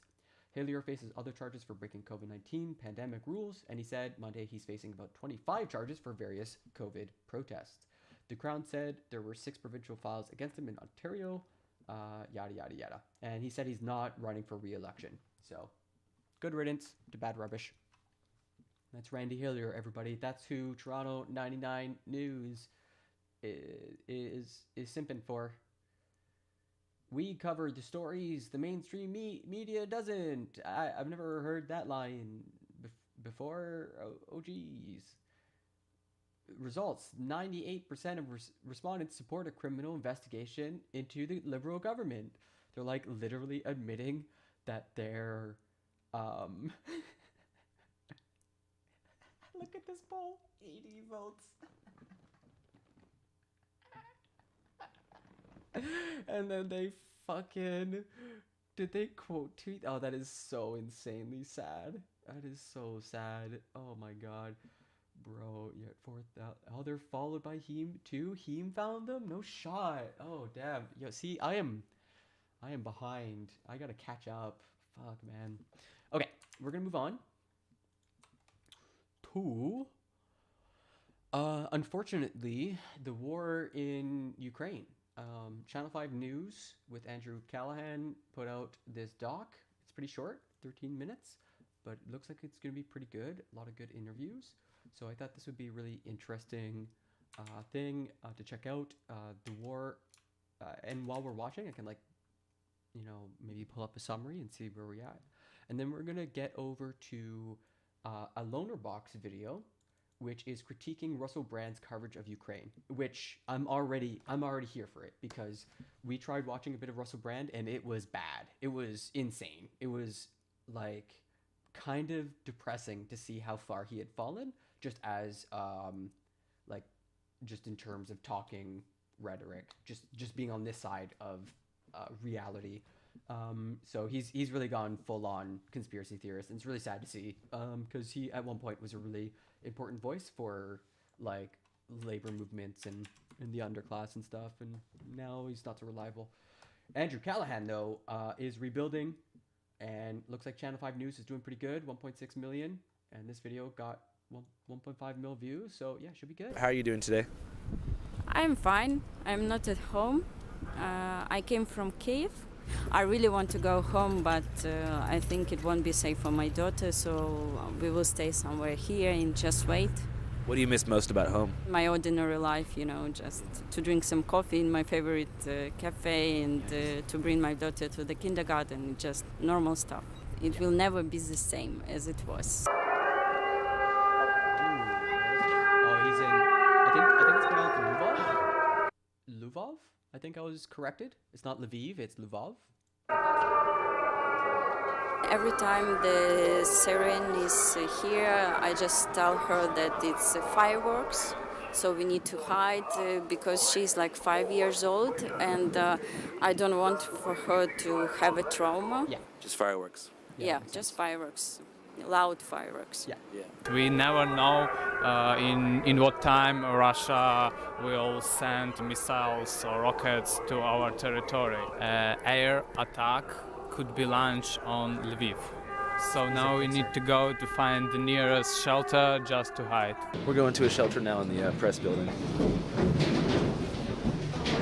He's very much just like doing the job of your average foreign press correspondent. Goes to a country in turmoil, at war or something, and like goes through the rigmarole of staying in that sort of protected lane that press get to navigate in and showing us. And it's yeah, I'm sure it's gonna make for good TV.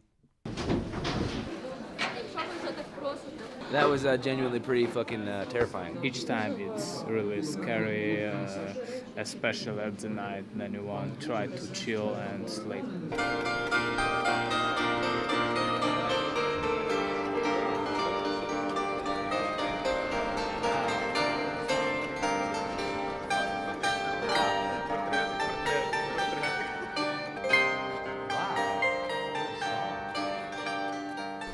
It's a special time for me. My guy got an interview with the mayor? Bro, Andrew is moving on up in the world. My city, for my country. Last month, 3 times Russia aggressor attack city Lviv. Officials in the western Ukrainian How did you pronounce that? Aggressor attack city Lviv. Officials in the western Ukrainian city of Lviv say Russian missile strikes hit Lviv, but Lviv. Lviv is how he pronounced it. a fuel storage facility on the outskirts of the city. We could see dark plumes of smoke rising into the sky. For me, Putin equal Hitler. Russian aggressor attack Ukrainian cities every day. Global outrage grew today as more horrific revelations surfaced from Bucha, Ukraine. I want to warn you that the images we are about to show you, and even Don't. We actually can't look at that. I don't know how he got this on to YouTube. civilians are buried in the once peaceful commuter town's mass grave. Skipping on that. And Skipping on that. Skipping on that. All world must isolate Russia next 50 years. Russia, it is Nazi country.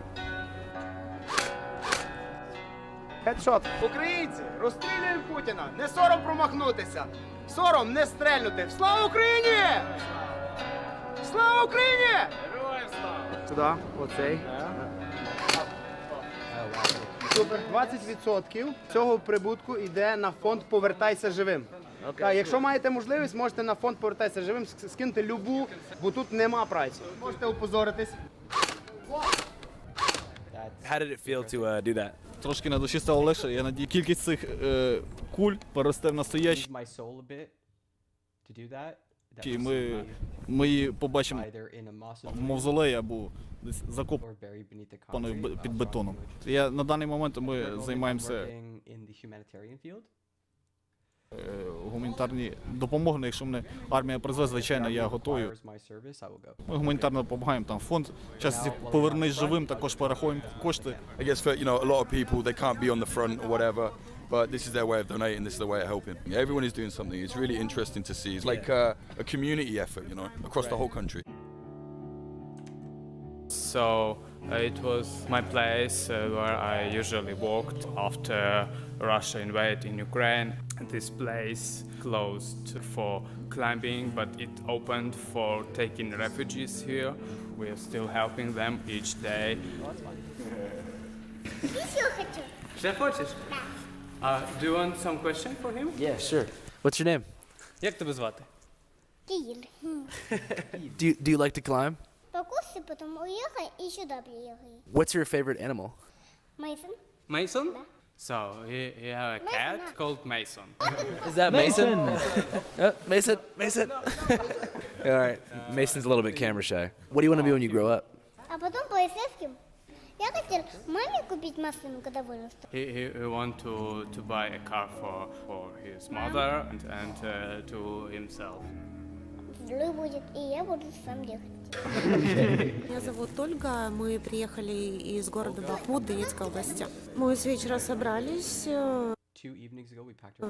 и уже до крайней точки Львов. Пытаться в ближайшее время, а дальше посмотрим, будет видно как. Would you prefer to return home or would you like to immigrate into a different country? Хотелось бы вернуться домой, естественно. Но мы скучаем по дому, как развернутся все эти события и будет ли дома, будет ли куда возвращаться, и если действительно будут какие-то сложные ситуации в плане возврата домой. Какое-то время было спокойно в городе, потом какой-то день в центр города прилетело сразу несколько ракет. Мне стало страшно за ребенка, за себя, семью, и мы приняли решение выехать. How do you explain what's going on to your son? Когда это было далеко от нас, комендантский час и так далее, он видел в городе военных и военную технику. Он задавал вопросы, почему они здесь, не внедрялась в подробности, не вникала. Do you like staying here? Мне тут нравится, я тут Yeah, I like it here. There's a nice soft только mat. на канате таком, на этой, на мате бегал, прыгал. Well, I'm glad you were able to bring Mason with you. Обязательно в любом случае мы бы не оставили. Under no circumstances would we leave Mason behind. Yeah, what a thing to say to a mom. Be like, oh, I'm glad you took your kid. Yeah, what do you think? Его дома без присмотра. Он полноценный член нашей семьи. Oh, wait, what? He is fully a member of her family? Wait, maybe it's not her kid? He's fully a member of her family? That's a long phrase.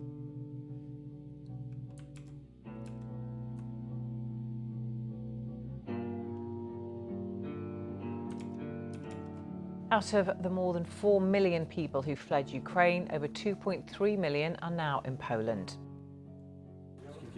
14. How old are you, 15? Yeah, 15. I came of Kryvyi Rih, it's the center of Ukraine. My little brother and my aunt came to Peremyshel with me. And I very scared because my dad is in Kryvyi Rih. Yeah, it's scary situation, very scary situation. What do you miss most about home? My friends, my 4 best friends in Hungary, in Slovenia, in Ireland. And I haven't connected with them. If you had to pick one friend that you wished you were with right now, which friend would it be? I think like Dima. In my school, he sit back for me. He is quite funny and he's like, he can smile me, all of them. I want to hear his jokes of teachers and I want to usual life.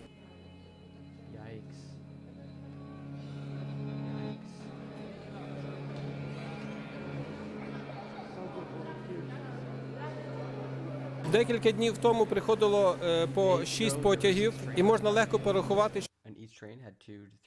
що кожний потяг вміщував по 3 тисячі осіб. What do you think is the biggest challenge that refugees face whenever they get from Ukraine to Poland? Така, що люди приїжджають в чужу державу і не можуть зорієнтуватися. Кожен боїться за своє життя, за своїх дітей. Дуже дивно те, що, наприклад, українці в Російській Федерації живе коло більше 5 мільйонів осіб всебічного освітлення цієї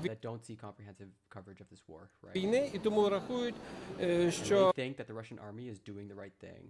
російська армія робить правильно. In Russia, Vladimir Putin's approval rating is soaring despite his disastrous invasion of Ukraine. It's now above 80%. Киев никто не бомбит, я этому не верю. No one is bombing Kyiv. I don't believe it. Путин такого не мог сделать. Напасть на Украину, тем более. Every day. Our people are living there. Holy shit, man. Russian state television accuses the West of fake news over Ukraine. Это Зеленский все делает. It's all on Zelensky and the Americans, says this guy. Американцы. Я за Путина. Yeah, this video made the rounds, I think, a month ago. It was pretty evocative. Like this woman being shown photographs. Хочу вам показать. Я за Путина. Я поняла. Даже не буду смотреть. She's like, I won't look at them. I support Putin. Like, don't even start with me. One of their claims is that the bodies in these photos Oh my god. All right. God damn. I don't understand how a YouTube video can be up, but I can't live stream it. All right. We're going to move on to the next clip, which is Lonerbox's despicable coverage of Ukraine. If you want to finish watching the Andrew Callahan video, I strongly recommend it. It's really good. But yeah, I can't show some of the things he's showing, so we're going to move on.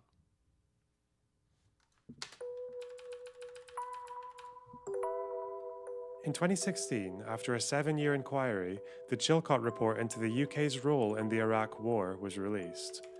It concluded that the legal basis for the war was far from satisfactory and that the intelligence regarding weapons of mass destruction need YouTube to switch content level normalization. Yeah, and I think the reason it like flies on Twitch is because Twitch has got this like really weird gray area legal position they're like clinging on to desperately.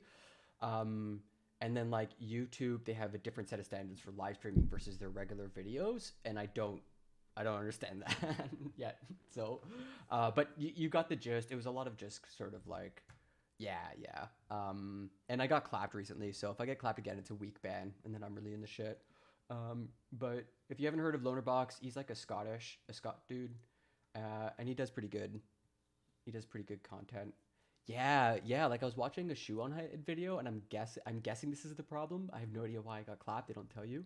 But she uses the C word, which is like a slur against white folk, and leans into it because she doesn't think it's a slur. And I'm like, okay, like don't do that, Shoe in head, but laughing. And I think I got clapped for that. I got in trouble for that. I'm just like, but wait, she had a video that was up with that and she went harder. Like, why? What? So I don't understand it. I give up.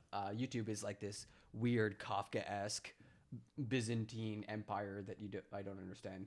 But Lonerbox is pretty safe. He gives really good commentary.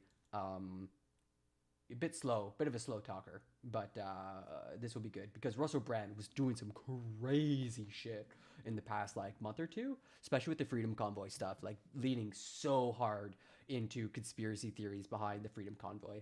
So I'm happy to see Lonerbox do like a proper video on Russell Brand because I used to be such a big fan, and j'étais déçu, like I was disappointed in him, like watching his videos during the Freedom Convoy arc when Ottawa was being taken over. So yeah, it would be nice to have a retrospective that takes him down a peg. In 2016, after a 7-year inquiry, the Chilcot report into the UK's role in the Iraq War was released. It concluded that the legal basis for the war was far from satisfactory and that the intelligence regarding weapons of mass destruction had been presented with an undue level of confidence. Also, how's your day going, Tetskat Lepoche? How you doing? A polite way of saying they had descended into fantasy. For example, an SIS report from September 2002 stated that Saddam Hussein had been accelerating the production of chemical weapons substances and loading them into a variety of containers, including linked hollow glass spheres. The report was described by the SAS as valuable intelligence and circulated to a restricted group of people, including the private secretary of Chancellor Gordon Brown. There was one small problem. That was a really deep cut. Oh, you have to work today? Oh, I'm sorry. Isn't it like Easter weekend? Isn't it Zombie Jesus Day? Just starting to get ready for work? Yeah, that's a bummer.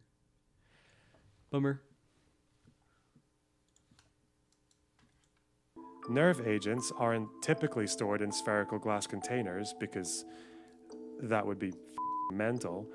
Thankfully, one recipient noticed that the description of Saddam's new weapons was strikingly similar to the fictional chemical. But wait, isn't America God's country? Like, aren't you guys like a Catholic country or a Christian country or something? In God we trust. What's going on? What's going on there? Weapon portrayed in the 1996 film The Rock. The second you don't respect this, it kills you.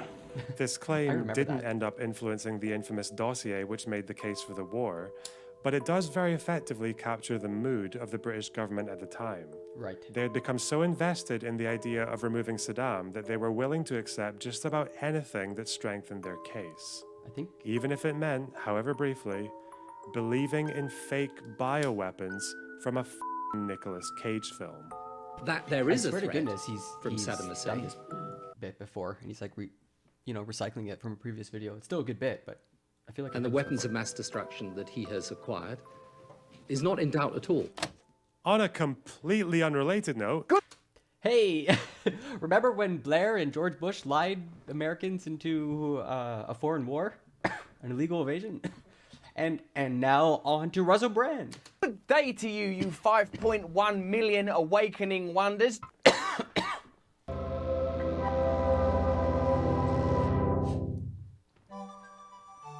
Russell Brand. Yay! Who is this man? What is his thing? Remember? Well, just for Russell your Brand? peace of mind, I'll start with what he is not. A Putin stooge. At no point in this video am I going to call Russell Brand a Russian state puppet, a Moscow menace, or even a Kremlin gremlin. Because for all his flaws, this lord of spiritual boys is at the very least categorically opposed to the Russian invasion of Ukraine. Spiritual fuckboy. Oh my god, yes, that's exactly what Russell Brand is. He's a guru fuckboy. Kremlin. But the thing is, people in the West who concretely support Putin are not really the problem. The current polling data shows an overwhelming level of support for Ukrainians amongst Europeans and North Americans. So overwhelming that it makes you wonder, why did the Russian state media even bother to operate in this part of the world? Well, it's because their objective isn't quite the same here as it is at home. Obviously, it helps if they can get support from people in the West, but before that, their top priority here is not to win support, but to sow doubt. Right. In 2020, a report from the Oxford Internet Institute outlined the global strategy of the Kremlin-funded outlet, Russia Today. Drawing from anonymous interviews with journalists, the report looks at how RT would exaggerate and give disproportionate levels of attention to Western corruption and division. They would deliberately try to weaken people's trust in Western news outlets and institutions. The point wasn't necessarily to get people over here, but to overhear. They might have... And actually, I have something to really emphasize this. I keep coming back to this quote over and over and over again, because it really helps me to contextualize or like understand this sort of rhetoric that I see over and over and over again. And it's a quote from Jean-Paul Sartre, a French philosopher, and it goes, "Never believe that anti-Semites are completely unaware of the absurdity of their replies. They know that their remarks are frivolous, open to challenge, but they're amusing themselves, for it is their adversary who is obliged to use words responsibly, since he believes in words. The anti-Semites have the right to play. They even like to play with discourse, for, by giving ridiculous reasons, they discredit the seriousness of their interlocutors, the people they're talking with. They delight in acting in bad faith, since they seek not to persuade by sound argument, but to intimidate and disconcert. If you press them too closely, they will abruptly fall silent, loftily indicating that by some phrase that the time for argument is past."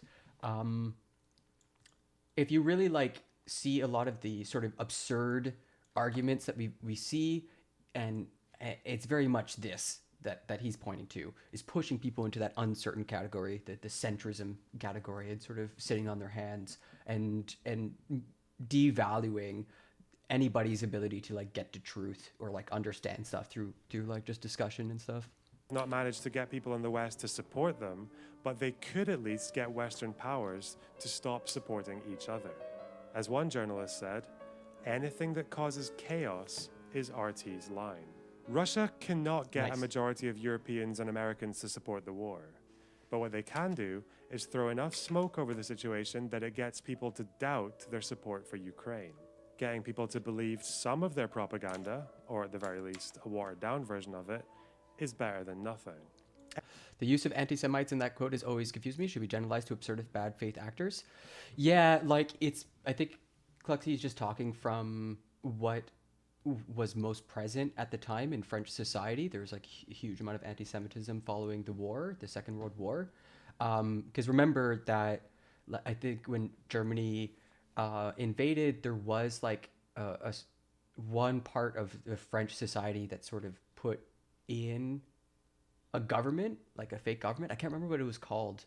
It was like a particular regime, but there was at least some amount of sympathy. And I guess this is what Sartre kind of locked onto to sort of communicate that weird bad faith thing. And it's dated, and I come back to it because it's generalizable to the bad faith stuff that we see nowadays, that sort of playing with like people who take it too seriously or whatever, like trolling, what we call it nowadays. So yeah, it's just kind of anachronistic. I still stumble over the whole anti-Semitism bit too, but I think it's just who was using the bad faith tactics at the time. Also, I stopped this video on such a great clip of Loaderbox's face. Propaganda, or at the very least, a watered-down version of it, is better than nothing. Enter Russell Brand. Yay. In summary, Russell Brand's thoughts on the current situation are: the invasion is categorically unjustified. Cool. Putin is a tyrant and a war criminal, Pog. and the Ukrainian people don't deserve what's happening to them. Poggers. But the situation is more complex than the mainstream media Aha. is making out, and the West is not without blame. On its Aha. face, none of this looks like pro-Russian propaganda. It might even be quite reasonable. But that really depends on what he's using. Also, good morning, Cluxy. How you been? I guess the variety of types of bad faith actors is increasing. Yeah, exactly. Like, it's been mainstreamed. It's no longer like just this one group of people, of anti-Semites. It's now like all sorts of different tactics and identities. You can think of like Louder with Crowder, and Shabibo. They end up creating new forms of this bad faith tactic. In Shabibo's case, it's going to colleges. Actually, they both did this. They both went to colleges and then sort of browbeat their opponents by controlling the stage, like where this like discussion took place, and also just coming equipped with a huge amount of like facts and like arguments that they had prepped and ready to go, and then just like engaging with anyone and everyone to make them look bad. It's a different form of bad faith. It's not bad faith in the moment with the content. It's bad faith in the context, in like how you set up the debate, and like whether this is sort of a fair and equal discussion. To justify these last two claims. Let's take a look. Part 1, biological weapons. So just to unpoison the well, so to speak, let's look at what Russia's claim is and how Russell Brand's position is different. Since as early as 2011, the Kremlin have insinuated that Ukraine has been carrying out suspicious biological research with the oversight of the United States.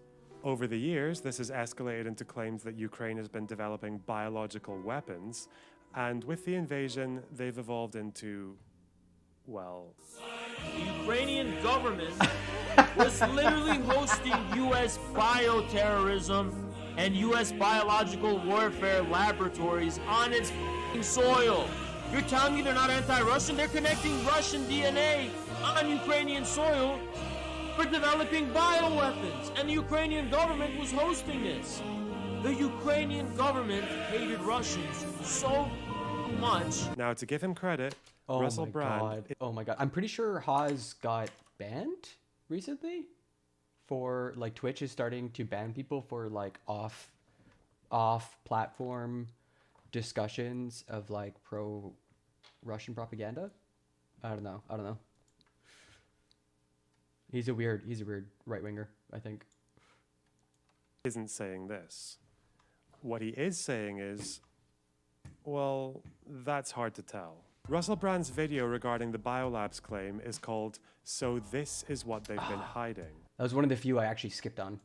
Which sounds very exciting, What have they been hiding? Ooh. Maybe we should take a look. Oi! There are no biolabs in Ukraine. That's a conspiracy theory.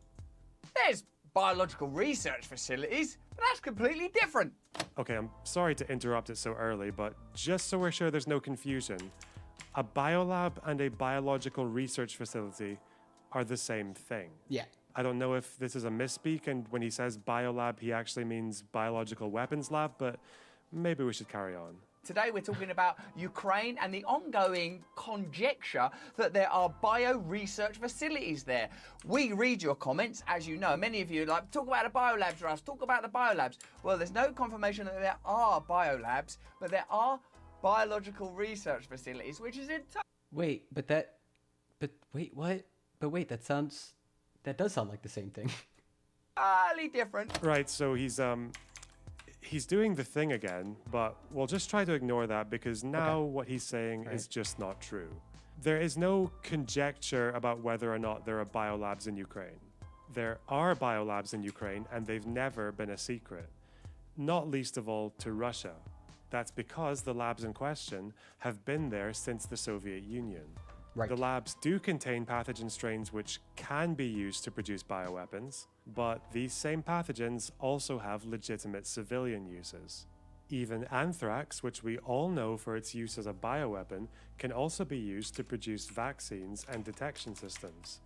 In Kazakhstan in the 1980s, there was a Soviet facility which had been working with pathogens and producing things like vaccines, diagnostic tools, herbicides, and medicines. However, this lab was equipped to the point that it could produce 300 metric tons of anthrax in the space of 10 months. And this production capacity was considered far too high for any conceivable civilian use. Yeah, they didn't actually do it, but they had the capacity to do it. Huh. On top of that, there were fortified concrete bunkers next to the production building where a concentrated slurry of pathogenic microorganisms were sealed into bomblets and then installed into aerial bombs or missile warheads. The point is, you can't just point at a lab working with pathogens and call it a weapons lab. Right. Otherwise, Europe would have quite a lot to answer for right now.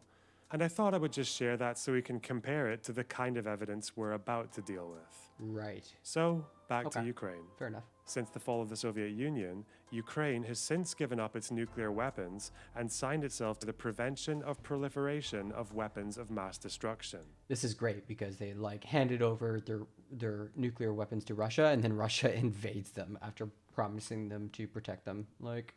What a backstab moment. That's a mouthful. Since 2005, the United States entered an agreement with Ukraine which aimed to uphold the Umbrella Agreement as well as provide assistance with risk management and cooperative research. This has involved the United States partially funding these labs, but they have all remained under the control of the Ukrainian government. Once again, this is public information, and the heading of the agreement even says pathogens and expertise that could be used in the development of biological weapons. Nothing is being covered up here.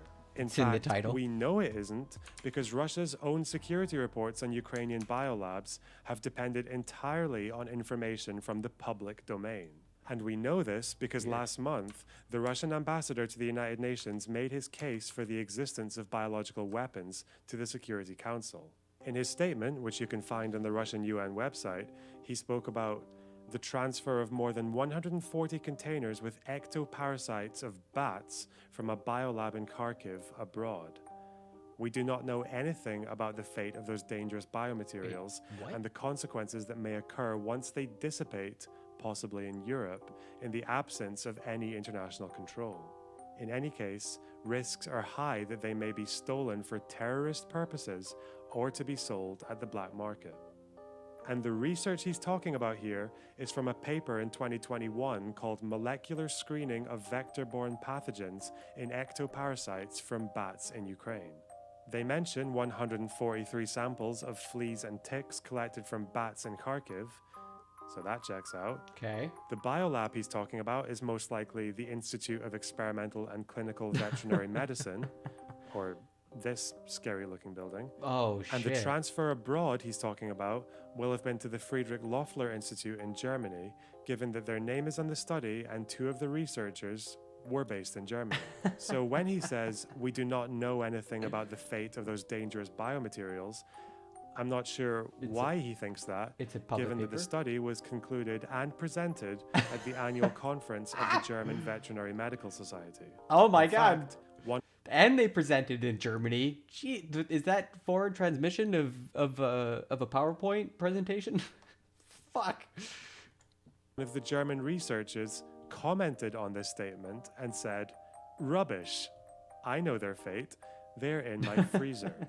Yes, we did work on ectoparasites and received samples, but what's been made of it, this bioweapon stuff, is completely crazy. And I will leave it up to the viewers to decide which one of these stories you believe. The point is, the biolabs are not a secret, and apparently neither is the research that the Russians are presenting in their evidence. The question being raised is whether or not these labs are being used to develop weapons. Right. And to show us what they've been hiding, Russell Brand starts by reading out an article by Glenn Greenwald. Self-anointed fact checkers in Glenn Greenwald. Oh my, how the mighty have fallen. This is honestly, like, we're just kind of going over some great people who have fallen from the heights of I don't know, their greatness. I don't know how to say it.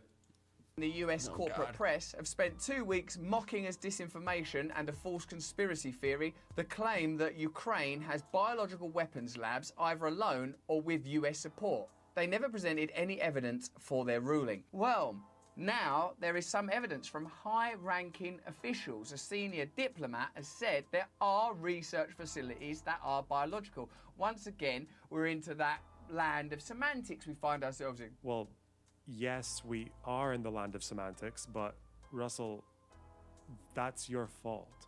Once again, you're treating the existence of biolabs as if it's some kind of revelation, which it is not.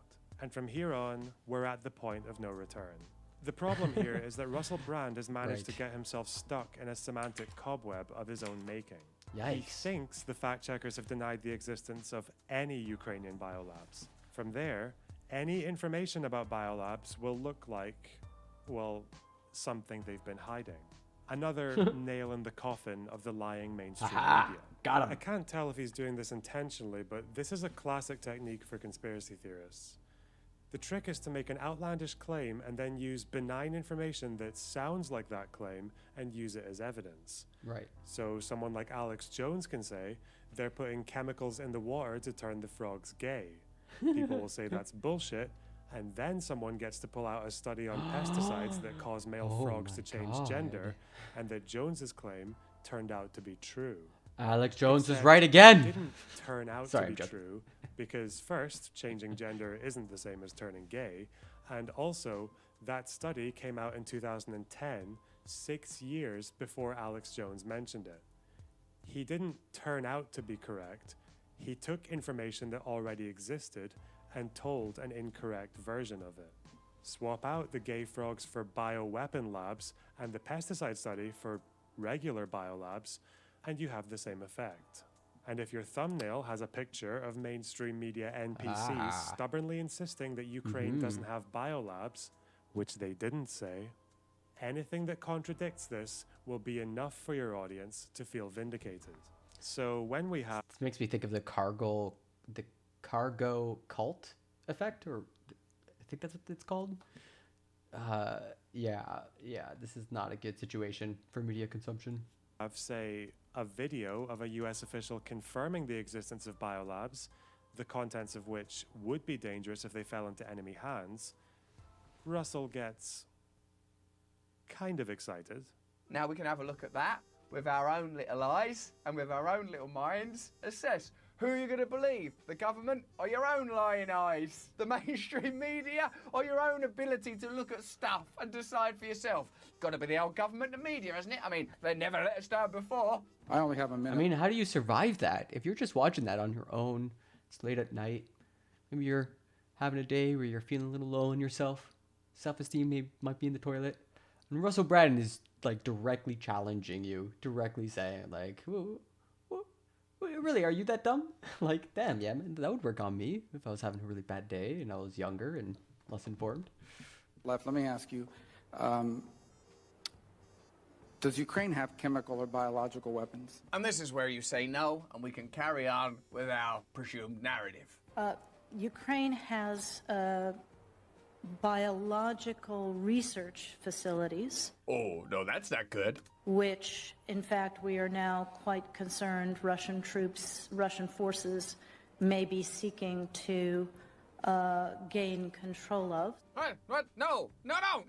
Abort! So we are working on how they can prevent any of those research materials from falling into the hands of Russian forces should they approach. So whatever it... I mean, gotta be special enough for him to come at you? Yeah, I mean, yeah, that's usually true.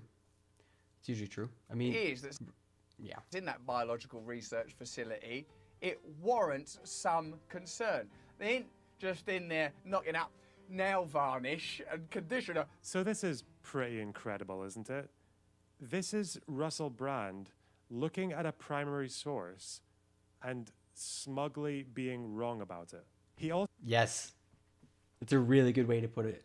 That was why I had such a hard time watching it. I would just be like, but wait, what you showed didn't say what you think it said, and now you're like fucking crowing around the chessboard, you know, kicking around the pieces like you won. Like, it's really bizarre. So apparently can't seem to think of any middle ground between biological weapons labs and labs that produce nail varnish and conditioner, but okay. I find it weird that he does this because he knows full well that a biolab doesn't need to be producing weapons in order for it to be dangerous. And I know that because he mentions it later in the video. Right. The US Embassy in Ukraine publicly boasted of its collaborative work with Ukraine to consolidate and secure pathogens and toxins of security concern, and to continue to ensure Ukraine can detect and report outbreaks caused by dangerous pathogens before they pose security or stability threats. What there appears to be, according to the video that you just saw with your own eyes, is American concern that the contents of those research facilities could end up in Russian hands. You just saw that. Why would that be? I do find it a bit suspicious that he's asking this question at all. We know why the contents of those labs are dangerous. The heading of the US-Ukraine agreement in 2005 explicitly says that the labs could be used to create biological weapons. But now that we know why Nuland was concerned about these labs falling into Russian hands, where's the concern? Is it unreasonable to worry about the safety risk of an invading army attacking a biolab that works with dangerous pathogens? I mean, they invaded Chernobyl and then started digging in there, apparently. You know, like, that's pretty worrisome stuff. Yeah. Maybe we don't trust the Russians with the biolabs.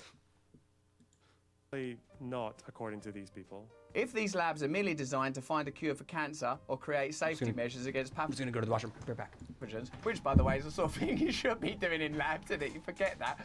What are they doing? Oh, they're just humanising mice. What? Why don't they do something about cancer? No, we've got to get these mice nice and humanised. And also, why would you? Because, oh no, some harmless research might get into the hands of Russians.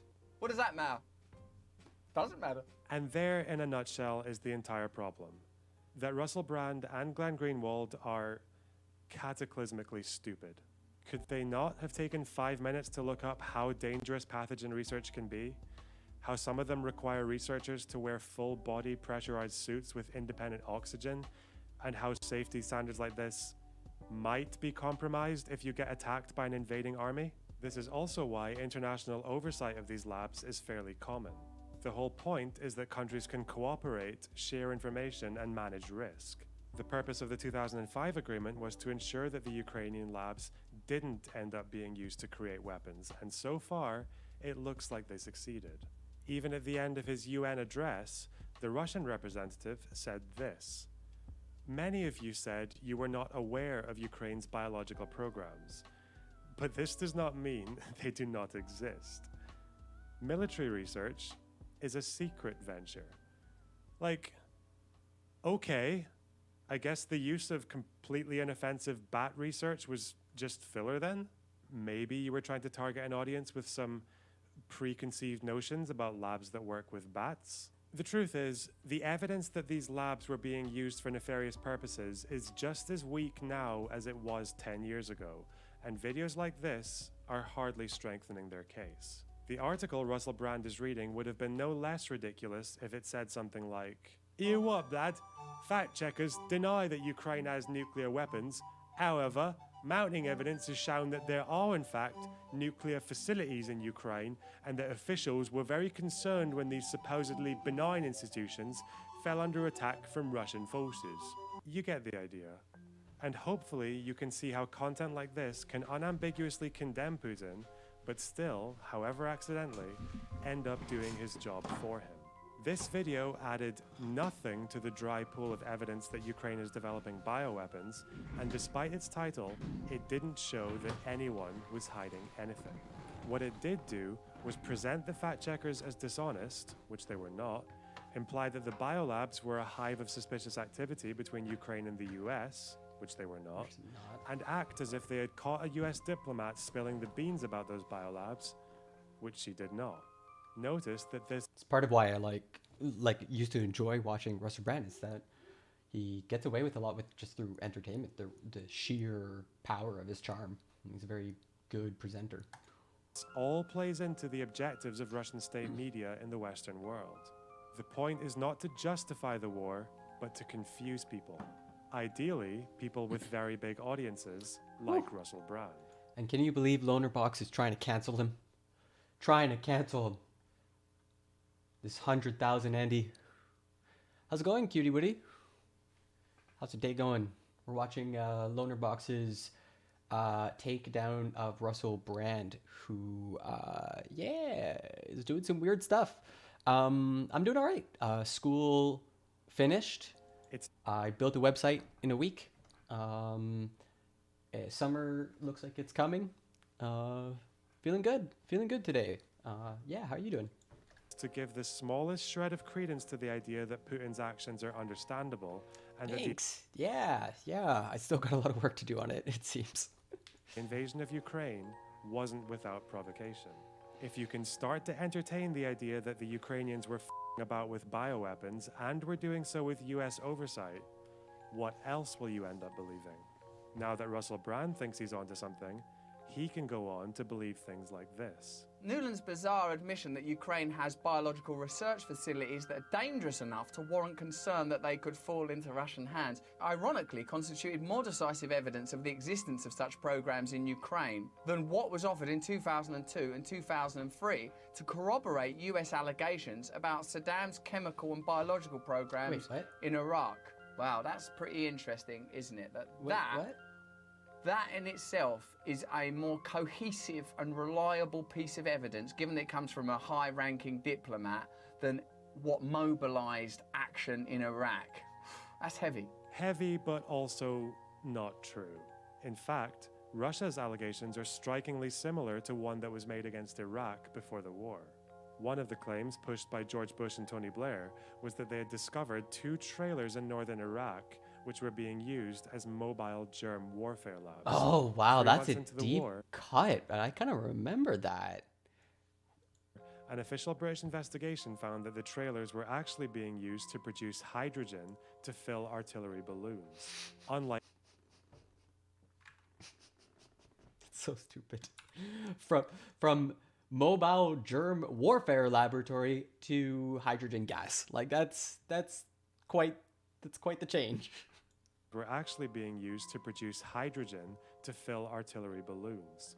Unlike the story from the beginning of this video, the Chilcot inquiry found that this had contributed to the pre-conflict judgments of the UK. Oh, wow. This isn't more evidence than what was used to invade Iraq. It's the same kind of evidence. The fact that Ukraine has biolabs which could be used to develop weapons has been public knowledge for decades. The claim from Russia is that they are being used to develop weapons. Right. For that, there is currently no evidence. This is like very similar to the whole Iran nuclear facilities. Like there's the Iran deal that Trump ripped up, and the whole point of it was to keep the Iranian government from turning nuclear resources into weapons grade nuclear resources. And this seems kind of similar, right? Like that same sort of weird accusation that they have the labs, therefore we know they're making the weapons. We don't have evidence, but the absence of evidence is proof that it's secret. Like that fucking circular reasoning. Oh, jeez. And this video has added nothing to the conversation. But if you're Russell Brand, it definitely looks like it has. But as ridiculous as this example is, it's hardly evidence of Russell being pro-Russian. It is a good example of how the Kremlin succeeds in stun-locking the Western media by turning completely uncontroversial pieces of information into front-page news stories. That also take like 20 minutes to sort of unpack and disentangle from the original source material and what produced it. Like he's pulling up academic studies and like having to give like these other historical examples to help us navigate it. Like, damn, man, no wonder this stuff works. They didn't manage to convince Russell that Ukraine was developing bioweapons, but they did manage to convince him that something fishy was going on and that Western outlets were lying about it. Kind of like a useful idiot, something like that, or a useful fool? As far as the so-called information war goes, it's a win for Putin. But you could probably write this off as an honest mistake. Sure. If we want to go so far as to call his coverage despicable, we need something a bit more directly dishonest. Okay. Part 2. Is the CIA in the room with us now? The next video is called You've Been Lied to About Why Ukraine War Began. And in the description, it asks us the question, how did a US-backed, far-right-led revolution in Ukraine help bring us to the situation we find ourselves in today with regard to the Russian invasion? Okay, that's some sussy baka. That's some sussy baka stuff. I don't know, guys. That's, I don't know. This question contains a few positive statements which are, shall we say, problematic.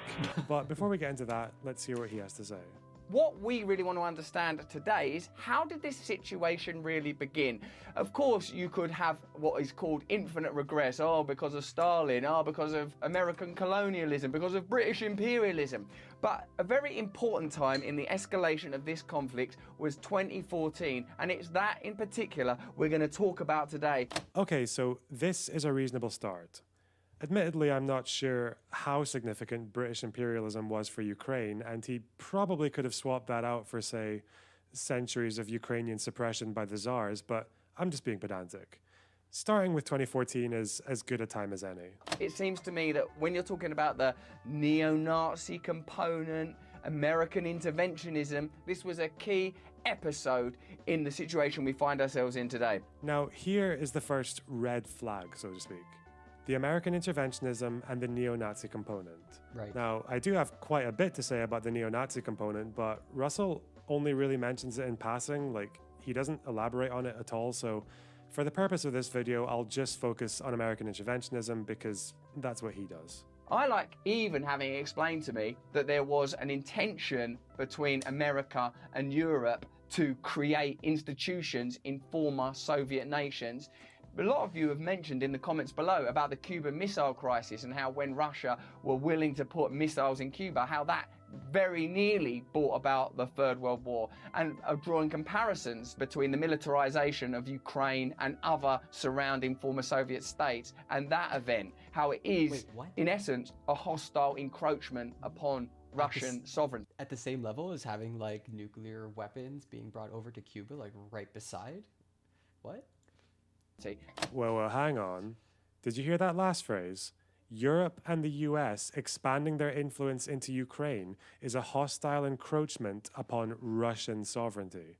Is Russian sovereignty really the thing we should be concerned with, given that the country we're talking about is not Russia? I mean, let's just say, hypothetically, it could be shown that US and EU integration was actually perfectly in line with the sovereign wishes of, I don't know, Ukraine. This sentence would look kind of weird, wouldn't it? It would look like the desires of the Ukrainian people were being sidelined to give more credibility to the desires of Russia. For example, the Jacobin article Russell is reading from makes a suspicious choice when they later say, a plurality of the country, not crucially an absolute majority, still wanted European integration. The question I'd like to ask here is, why is it crucial that support for EU integration was only a plurality? Well, it isn't. That's just a rule that this author has decided to make up. We're not talking about the democratic mandate to start a war or secede from a nation. We're talking about a trade deal, one which was by far the more popular option before and during the Maidan protests, and has incidentally also managed to achieve and maintain absolute majority support ever since. Oh, well, there you But go. why would they want to downplay the wishes of the Ukrainian people to lean westward? And for that, Russell Brand gives... That's interesting too, because Jacobin is a left-leaning publication, like a pretty left-leaning, like socialist, from what I thought. us a bit of a hint. The backdrop to the 2014 coup and annexation cannot be understood without looking at the US strategy to open Ukrainian markets to foreign investors and give control of its economy to giant multinational corporations. What? America? Trying to open up new markets? Hi, how dare you? How could you even? What evidence? When is there previous history of America trying to open up markets to global conglomerates? Oh yeah, always, all the time, with every single war there's ever been. And I actually thought of that, and I think that I thought of that literally this morning, Cluxy, and it was going to be pothead politics.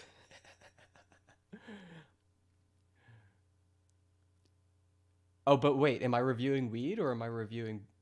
Is it like a weed genre review channel? Because then it be weird.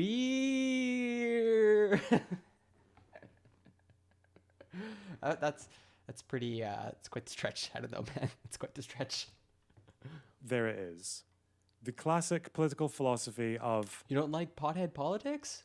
It's got the pothead politics. Oh, okay. America bad. Oh, that's good. I'm trying to, like, I'm hoping to get more onto like hippy dippy and stuff, where I'm actually engaging with other people, rather than just like my own echo chamber.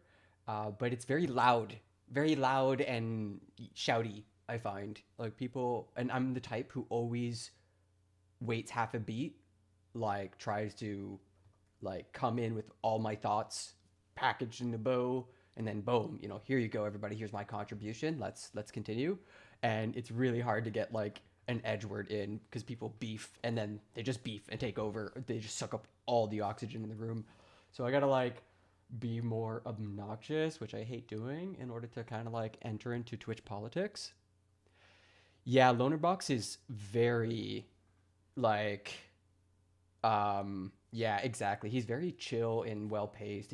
He's like this other guy, Super Eye Patch Wolf, who like went down into the darkness that is Garfield, and he also has a very similar pacing, almost like monotone, almost like kind of like, but he's got a lovely accent. Lonerbox has a lovely Scottish accent. The other guy is kind of monotone. Yeah, exactly. Very subdued. That's why I kind of feel like I have to kind of pause every now and then, give a bit of more like, let's say like reference material or commentary on the side, because the pacing for a 45-minute video is insane. Like it's very slow. It's so f***ing annoying too, because America is bad, dude. And I, as an American, have every right to say it loudly and say it proudly. Poggers. Disgusting filth, dude. Poggers. Eurocentrist trash. Okay, now, I agree that America is bad. What I don't believe is the idea that America bad is some kind I need to, every time I yell, I look at my sound things and I'm just like, I'm peaking. Like every time I'm fucking it up. Like that's bad. That's wrong. If I'm yelling, it's going to be like, cause I've got a cadence going, like a full argument, and I'm just like coming down on my horse, like cavalry, like, and then this thing, and then that thing. Like, I think I was just like really inspired, I hate to say it, by like Destiny's style of just sort of like, just ramming, peeking in the dentist. Always sent, no, I'm not, no, I'm peeking right now. Peaking, like the audio is going so high, it gets into the red. Like right now when I'm talking, I'm hitting like a bit into the yellow. And so it should still pretty okay with you. But if I start yelling, I'll hit reds. And then on your end, it should sound kind of like fuzzy and distorted and not actually really good. But I don't know, maybe I'll check the VOD later and be like, maybe I sound poggers when I'm yelling. You know, maybe people do like a good yell. I'm really inspired by like Tom Waits. He's got like a good gravelly voice. I could try to like emulate that. Just gotta find like a good like authentic yell voice, because I'm not a yelly person, so you know it's hard to make it, you know, feel real. You know what I mean? So I'm not like, it's hard to get me angry.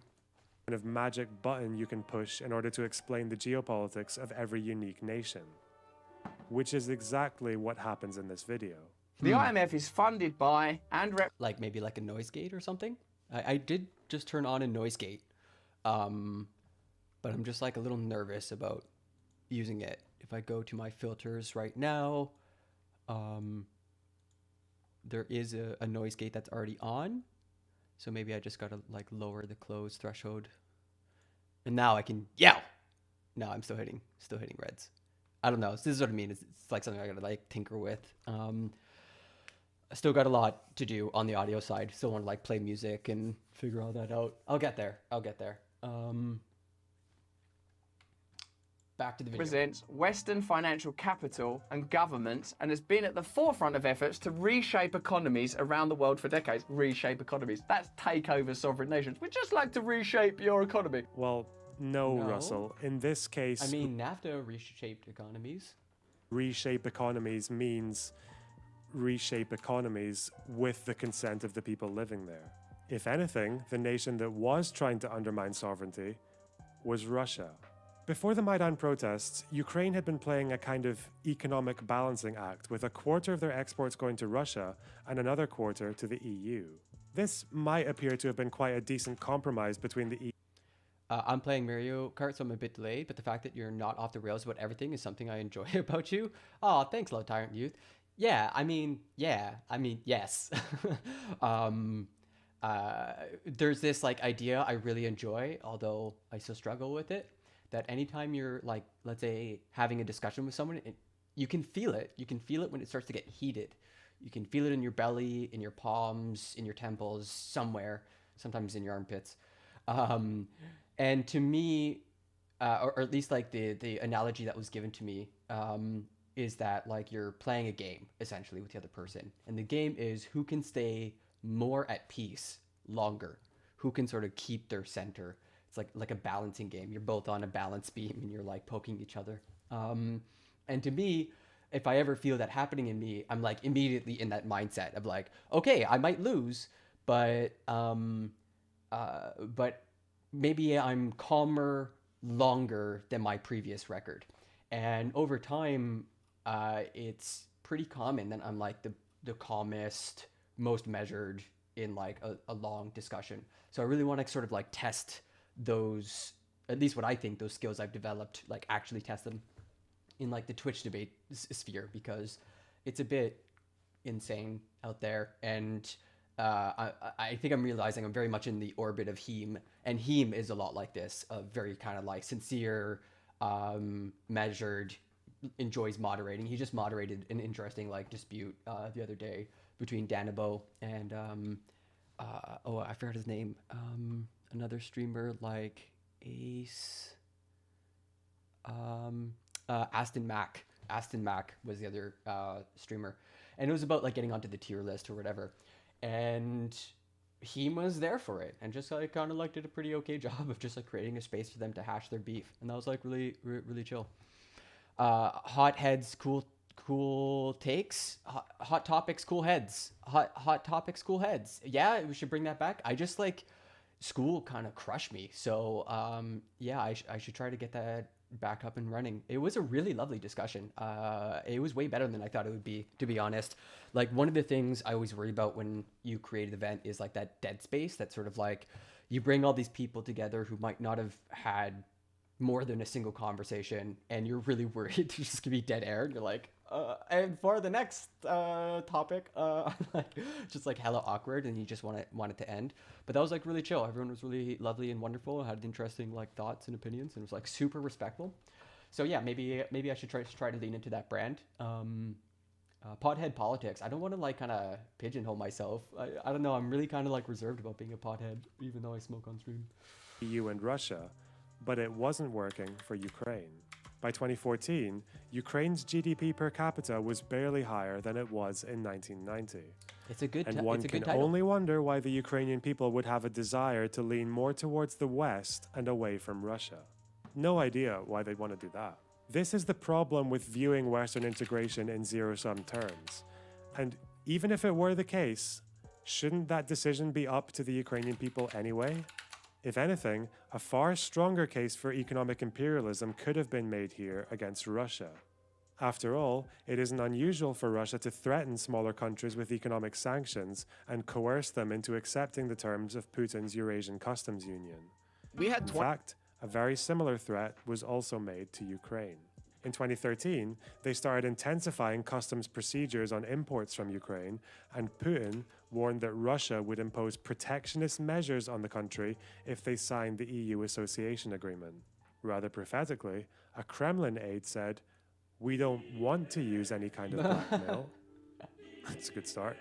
And then went on to say that if Ukraine did sign the EU agreement, Russia could no longer guarantee Ukraine's status as a state and could possibly intervene if pro-Russian regions of the country appealed directly to Moscow. Oppression. But remember, they don't want to use any kind of blackmail. All the same, these threats did little. It'd be very, very unfortunate if blackmail had to happen somehow. To shake Ukraine's support for EU integration, and the president, Viktor Yanukovych, a staunchly pro-Russian leader, knew it. On Ukrainian Independence Day in August 2013, he gave a speech where he presented a vision of Ukraine as a modern European state. However, in the same speech, he also hedged his bets and hinted towards deepening ties with Russia. In December of that year, the Russian National Wealth Fund, notice we don't hear about them in Brand's video, we're only allowed to talk about the IMF, you see, offered a $15 billion... Oh, that was an interesting aside. Because anytime someone brings up the IMF, I'm going to be like, yeah, rah, rah, rah, fuck the IMF. They destroy Latin American countries, etc. But yeah, that was an interesting kind of both sides moment. We're just like, yeah, but what about this other massive finance industry, or I guess finance body that has influence? Loan to Ukraine in exchange for closing the door on negotiations with the EU. Interesting. Russia made it clear that the choice was all or nothing. Right. Suddenly, that lack of an absolute majority becomes a bit less crucial, you see. Unsurprisingly, Yanukovych accepted Russia's terms, thus triggering the Euro. Yeah, this is exactly the moment of my political awakening, like when I realized, holy shit, not only is the internet a window into like movements, but things are popping off, that like stuff is worth looking into, that there are real stories happening here, and sure enough, this is held up as like one of the first steps towards I guess a sense of nationalism amongst Ukrainians, and anti-Russian, or yeah, like sort of like a skepticism of Russia. Maidan protests. Or as Russell puts it, Okay, so this dude was starting to snub Western and European interests in favour of Russian interests. Whether you believe that's right or wrong, that's up for you to determine and decide while picking through this complex information. Because there's a little wrinkle in this where people were trying to set Ukraine up so that foreign investment opportunities would be presented. yeah, I suppose that's true. There were people trying to set Ukraine up for foreign investment opportunities, not least of all the Ukrainian people themselves. And this is where Russell runs into a bit of a problem. His video makes no mention of economic coercion from Russia's end. All we get is the same familiar script about classic Western imperialism, which would be very valuable if we were talking about Chile or Iran or Iraq or all the other ones. But we're not. We're talking about Ukraine. What Russell Brand is doing here is what I would call left-wing American exceptionalism. It's an underlying assumption that the only ones capable of foreign regime change, destabilization, and predatory economics are the US government, the IMF, and the CIA. Unfortunately, this worldview makes no room for the actions of the Eurasian Customs Union, the Russian National Wealth Fund, or even Russian National Wealth Fund. Now that's 4 words I've never heard before. Interesting, because we all describe, or at least Western media especially, describes Russia as a kleptocracy, a petrostate, etc. So it shouldn't be a surprise that they have some sort of international financial arm that can swing its weight around and advance Russian national interests. At times, the Kremlin itself. And if you start with this baseline assumption, it can lead you to some very problematic conclusions, especially when you're reading out things like this. The civil war in Yemen and the coup in Bolivia both followed a rejection of IMF terms. Oh, what a coincidence. Only the difference here is that Bolivia's rejection of IMF terms and economic shock therapy was done with a pretty strong democratic mandate. Okay. Look at that margin. Oof. And 54 to 28? Wow, yeah, 54% to 29%? Yikes. Strong democratic mandate. Morales. Look at that margin. And Yemen is... It's not f***ing Ukraine. Okay, I'm sorry. That's how he tilts. He can't tilt. Lonerbox is so measured and so chill. He just does it in post. It's like, okay, edit, do the angry part, change the colors and bad noise so audience knows I'm yelling. Earlier in the article, the author describes the ousting of Yanukovych, who rejected IMF terms, as violent and unconstitutional. And now we're talking about countries that reject IMF terms falling to US-backed coups. What conclusion do you think is going to be drawn here? Now, don't worry. No one in this video is saying that Yanukovych was overthrown by angry American institutions. Yet. But I feel like we should finish this story. As we saw earlier, Ukraine was forced to choose between the EU and the Eurasian Customs Agreement. Yanukovych chose the latter despite the former being the more popular choice.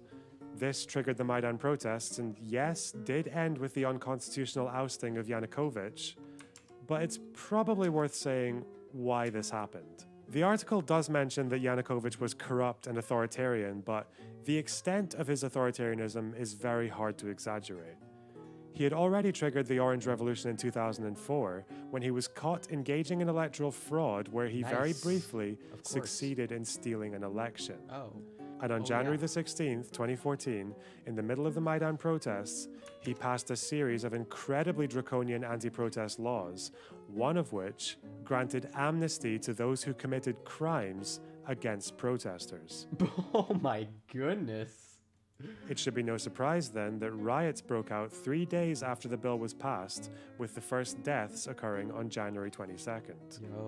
Yanukovych had given the authorities a license to kill, and by the end of February, over 100 protesters and 13 police officers had died. Okay. February 22nd, he fled the country and the Ukrainian parliament, including members of his own party, voted unanimously to remove him from the presidency. Wow. But none of this appears in Russell's video. All we have is this one small concession. Because you maybe think that old Yanukovych weren't the world's greatest guy, and the chances are that he probably bloody well wasn't. But then... Hey, remember, like, what you tell is as much what you don't tell. You know, holy cow, what an omission. And also a reminder that his ousting was violent and unconstitutional, and no relation, of course.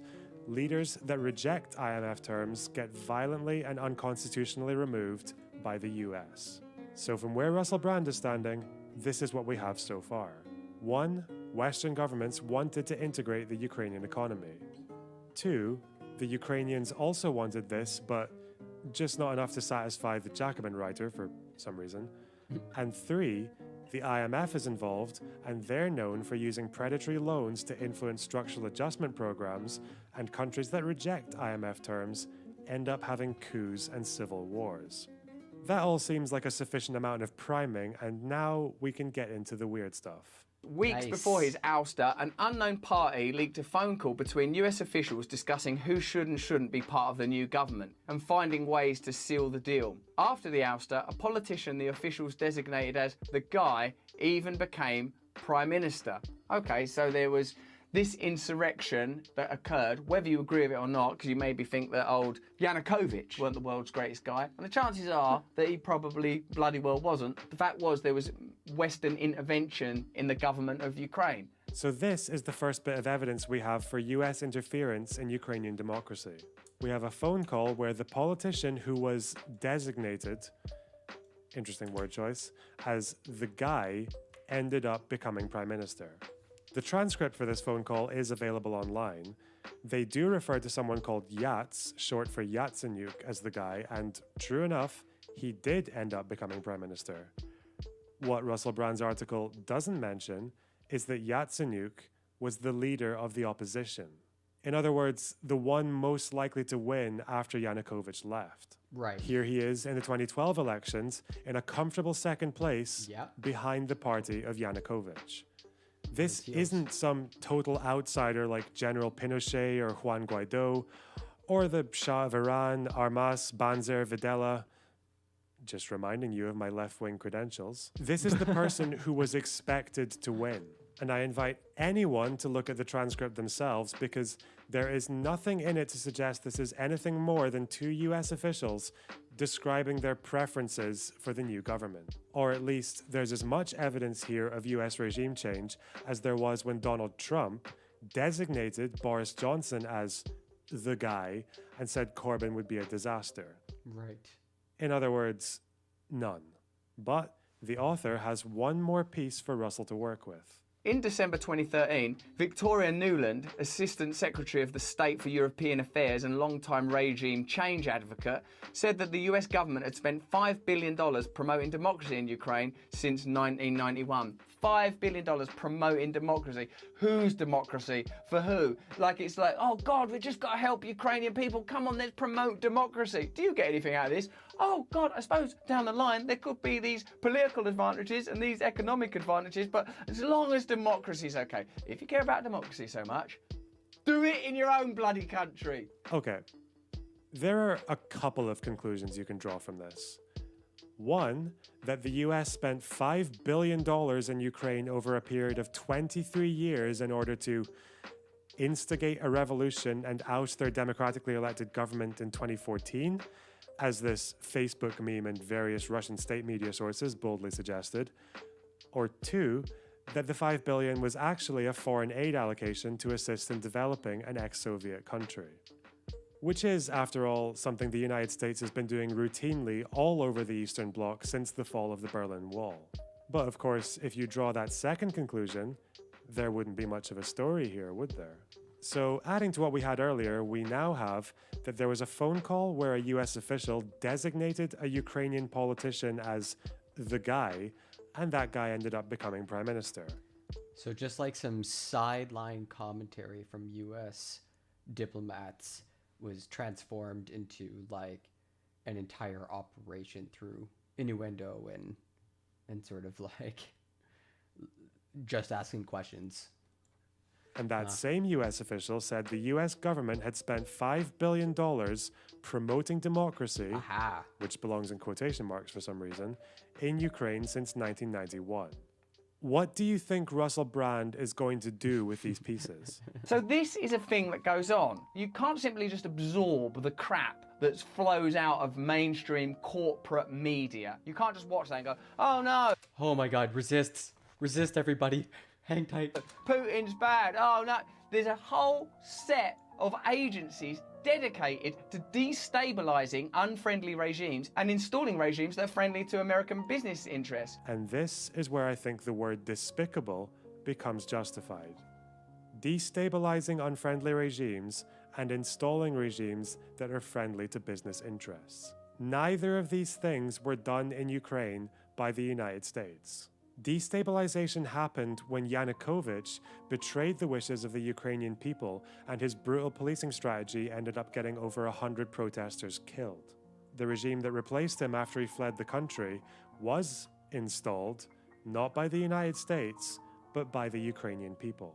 But you'll notice how neither of the articles Russell Brand is using made that statement themselves. He arrived at that conclusion on his own.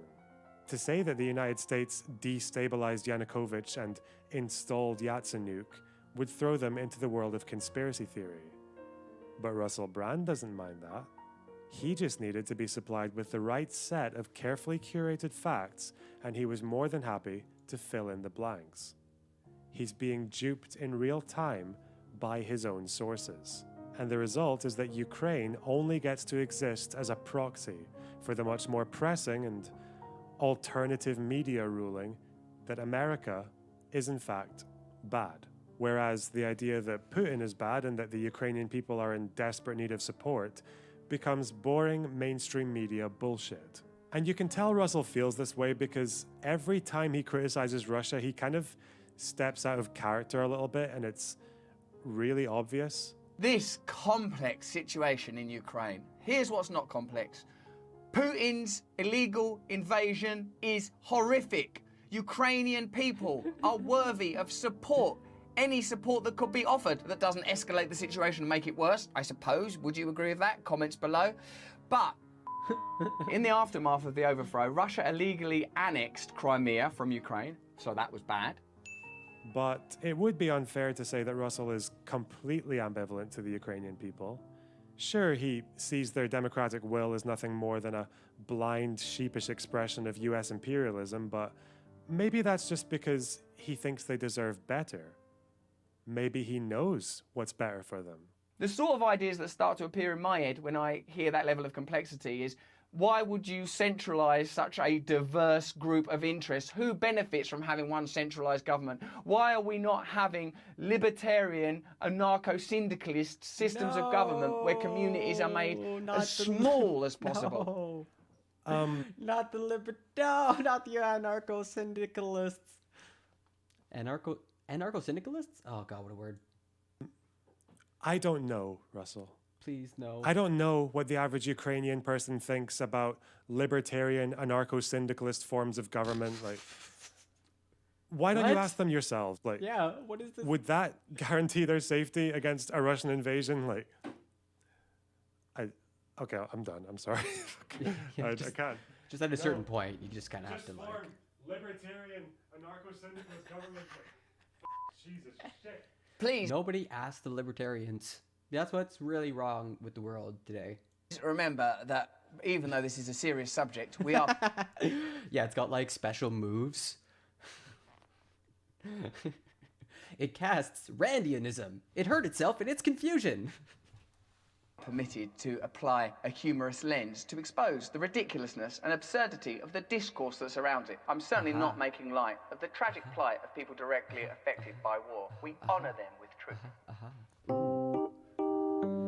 Russell Brand, everybody. Russell Brand. I'm sorry that was long. I wanted to speed it up, but it was kind of dense, and there was kind of some complicated parts to it, so I didn't want to do that. Let's see if this works. Shout out Lonerbox. He's on Twitch, and he has some good streams every now and again. Yeah, that was good. So we're gonna kind of increase the energy level just because that was long and slow, and we're heading in. We're going to the bad space. Debating LGBT grooming, sending Ukraine weapons, midterms, and capping insulin, featuring Valsh on the Dylan Burns Hippy Dippy Roundtable. I recognize some of these people. I'm Really Important is based. He's a lefty who covers politics. You can tell by all the Bernie sign and Stacey Abrams. Counterpoints is a pretty all-right right-winger, right-wing centrist. This guy, I think, is James from the internet. He's a lefty. I don't recognize this guy. This guy's unhinged as fuck. That's Vaush, who I've actually never listened to in an extended amount, so I'm going to see what that's like. And I don't recognize her or him, so we're going to find out who these three people are. But yeah, I thought this could be good. We are in the bad place, everybody. Anytime you're watching this stream, you're either going to be in the bad place or listening to, like, Nintendo music. Okay, this is the vibe. We are looking into the abyss, and it is looking into us. And like the comedian, we're just laughing at it. Okay, all right, that meme's over. 2,500 troops in Afghanistan with no deaths for 18 months under Trump, and it was stable. And Biden comes in and just totally F's it up. That's the facts. Because they were waiting for us to leave. Their 300,000 strong army folded in the face of 60, 70,000 Taliban. It was embarrassing, and we were counting on them to try to back them up. Their president left the country, unlike President Zelensky, who said, I don't need a ride, I need ammunition. So Yeah. I don't even see how you Truck, yeah, brother. Yeah, let's see. I'm really important to get into it. compare these two. Did the withdrawal from Afghanistan go perfectly? No. Is this the topic of today's panel subject? No.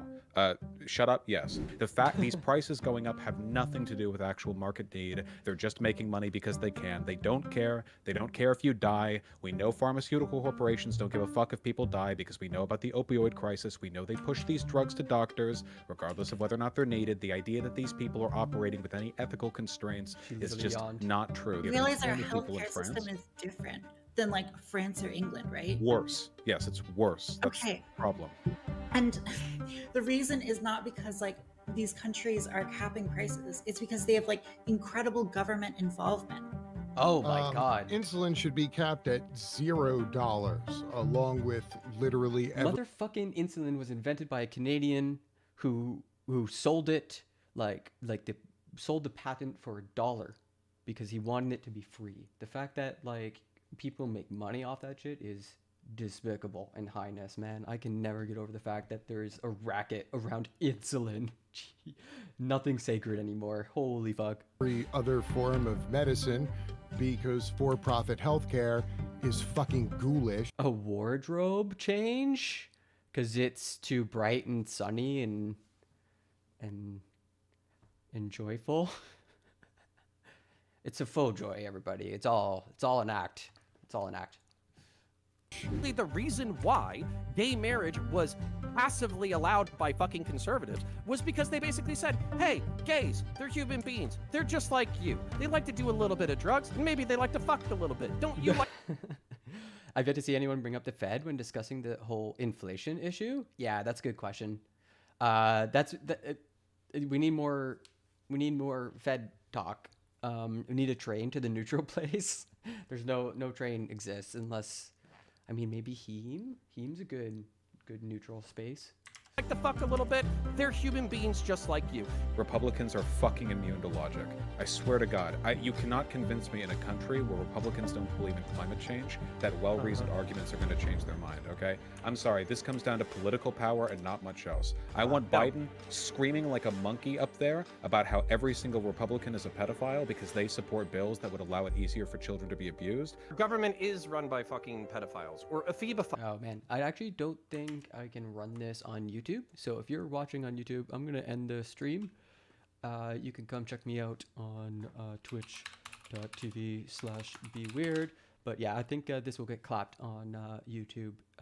So I'll see you later, YouTubers. Bye.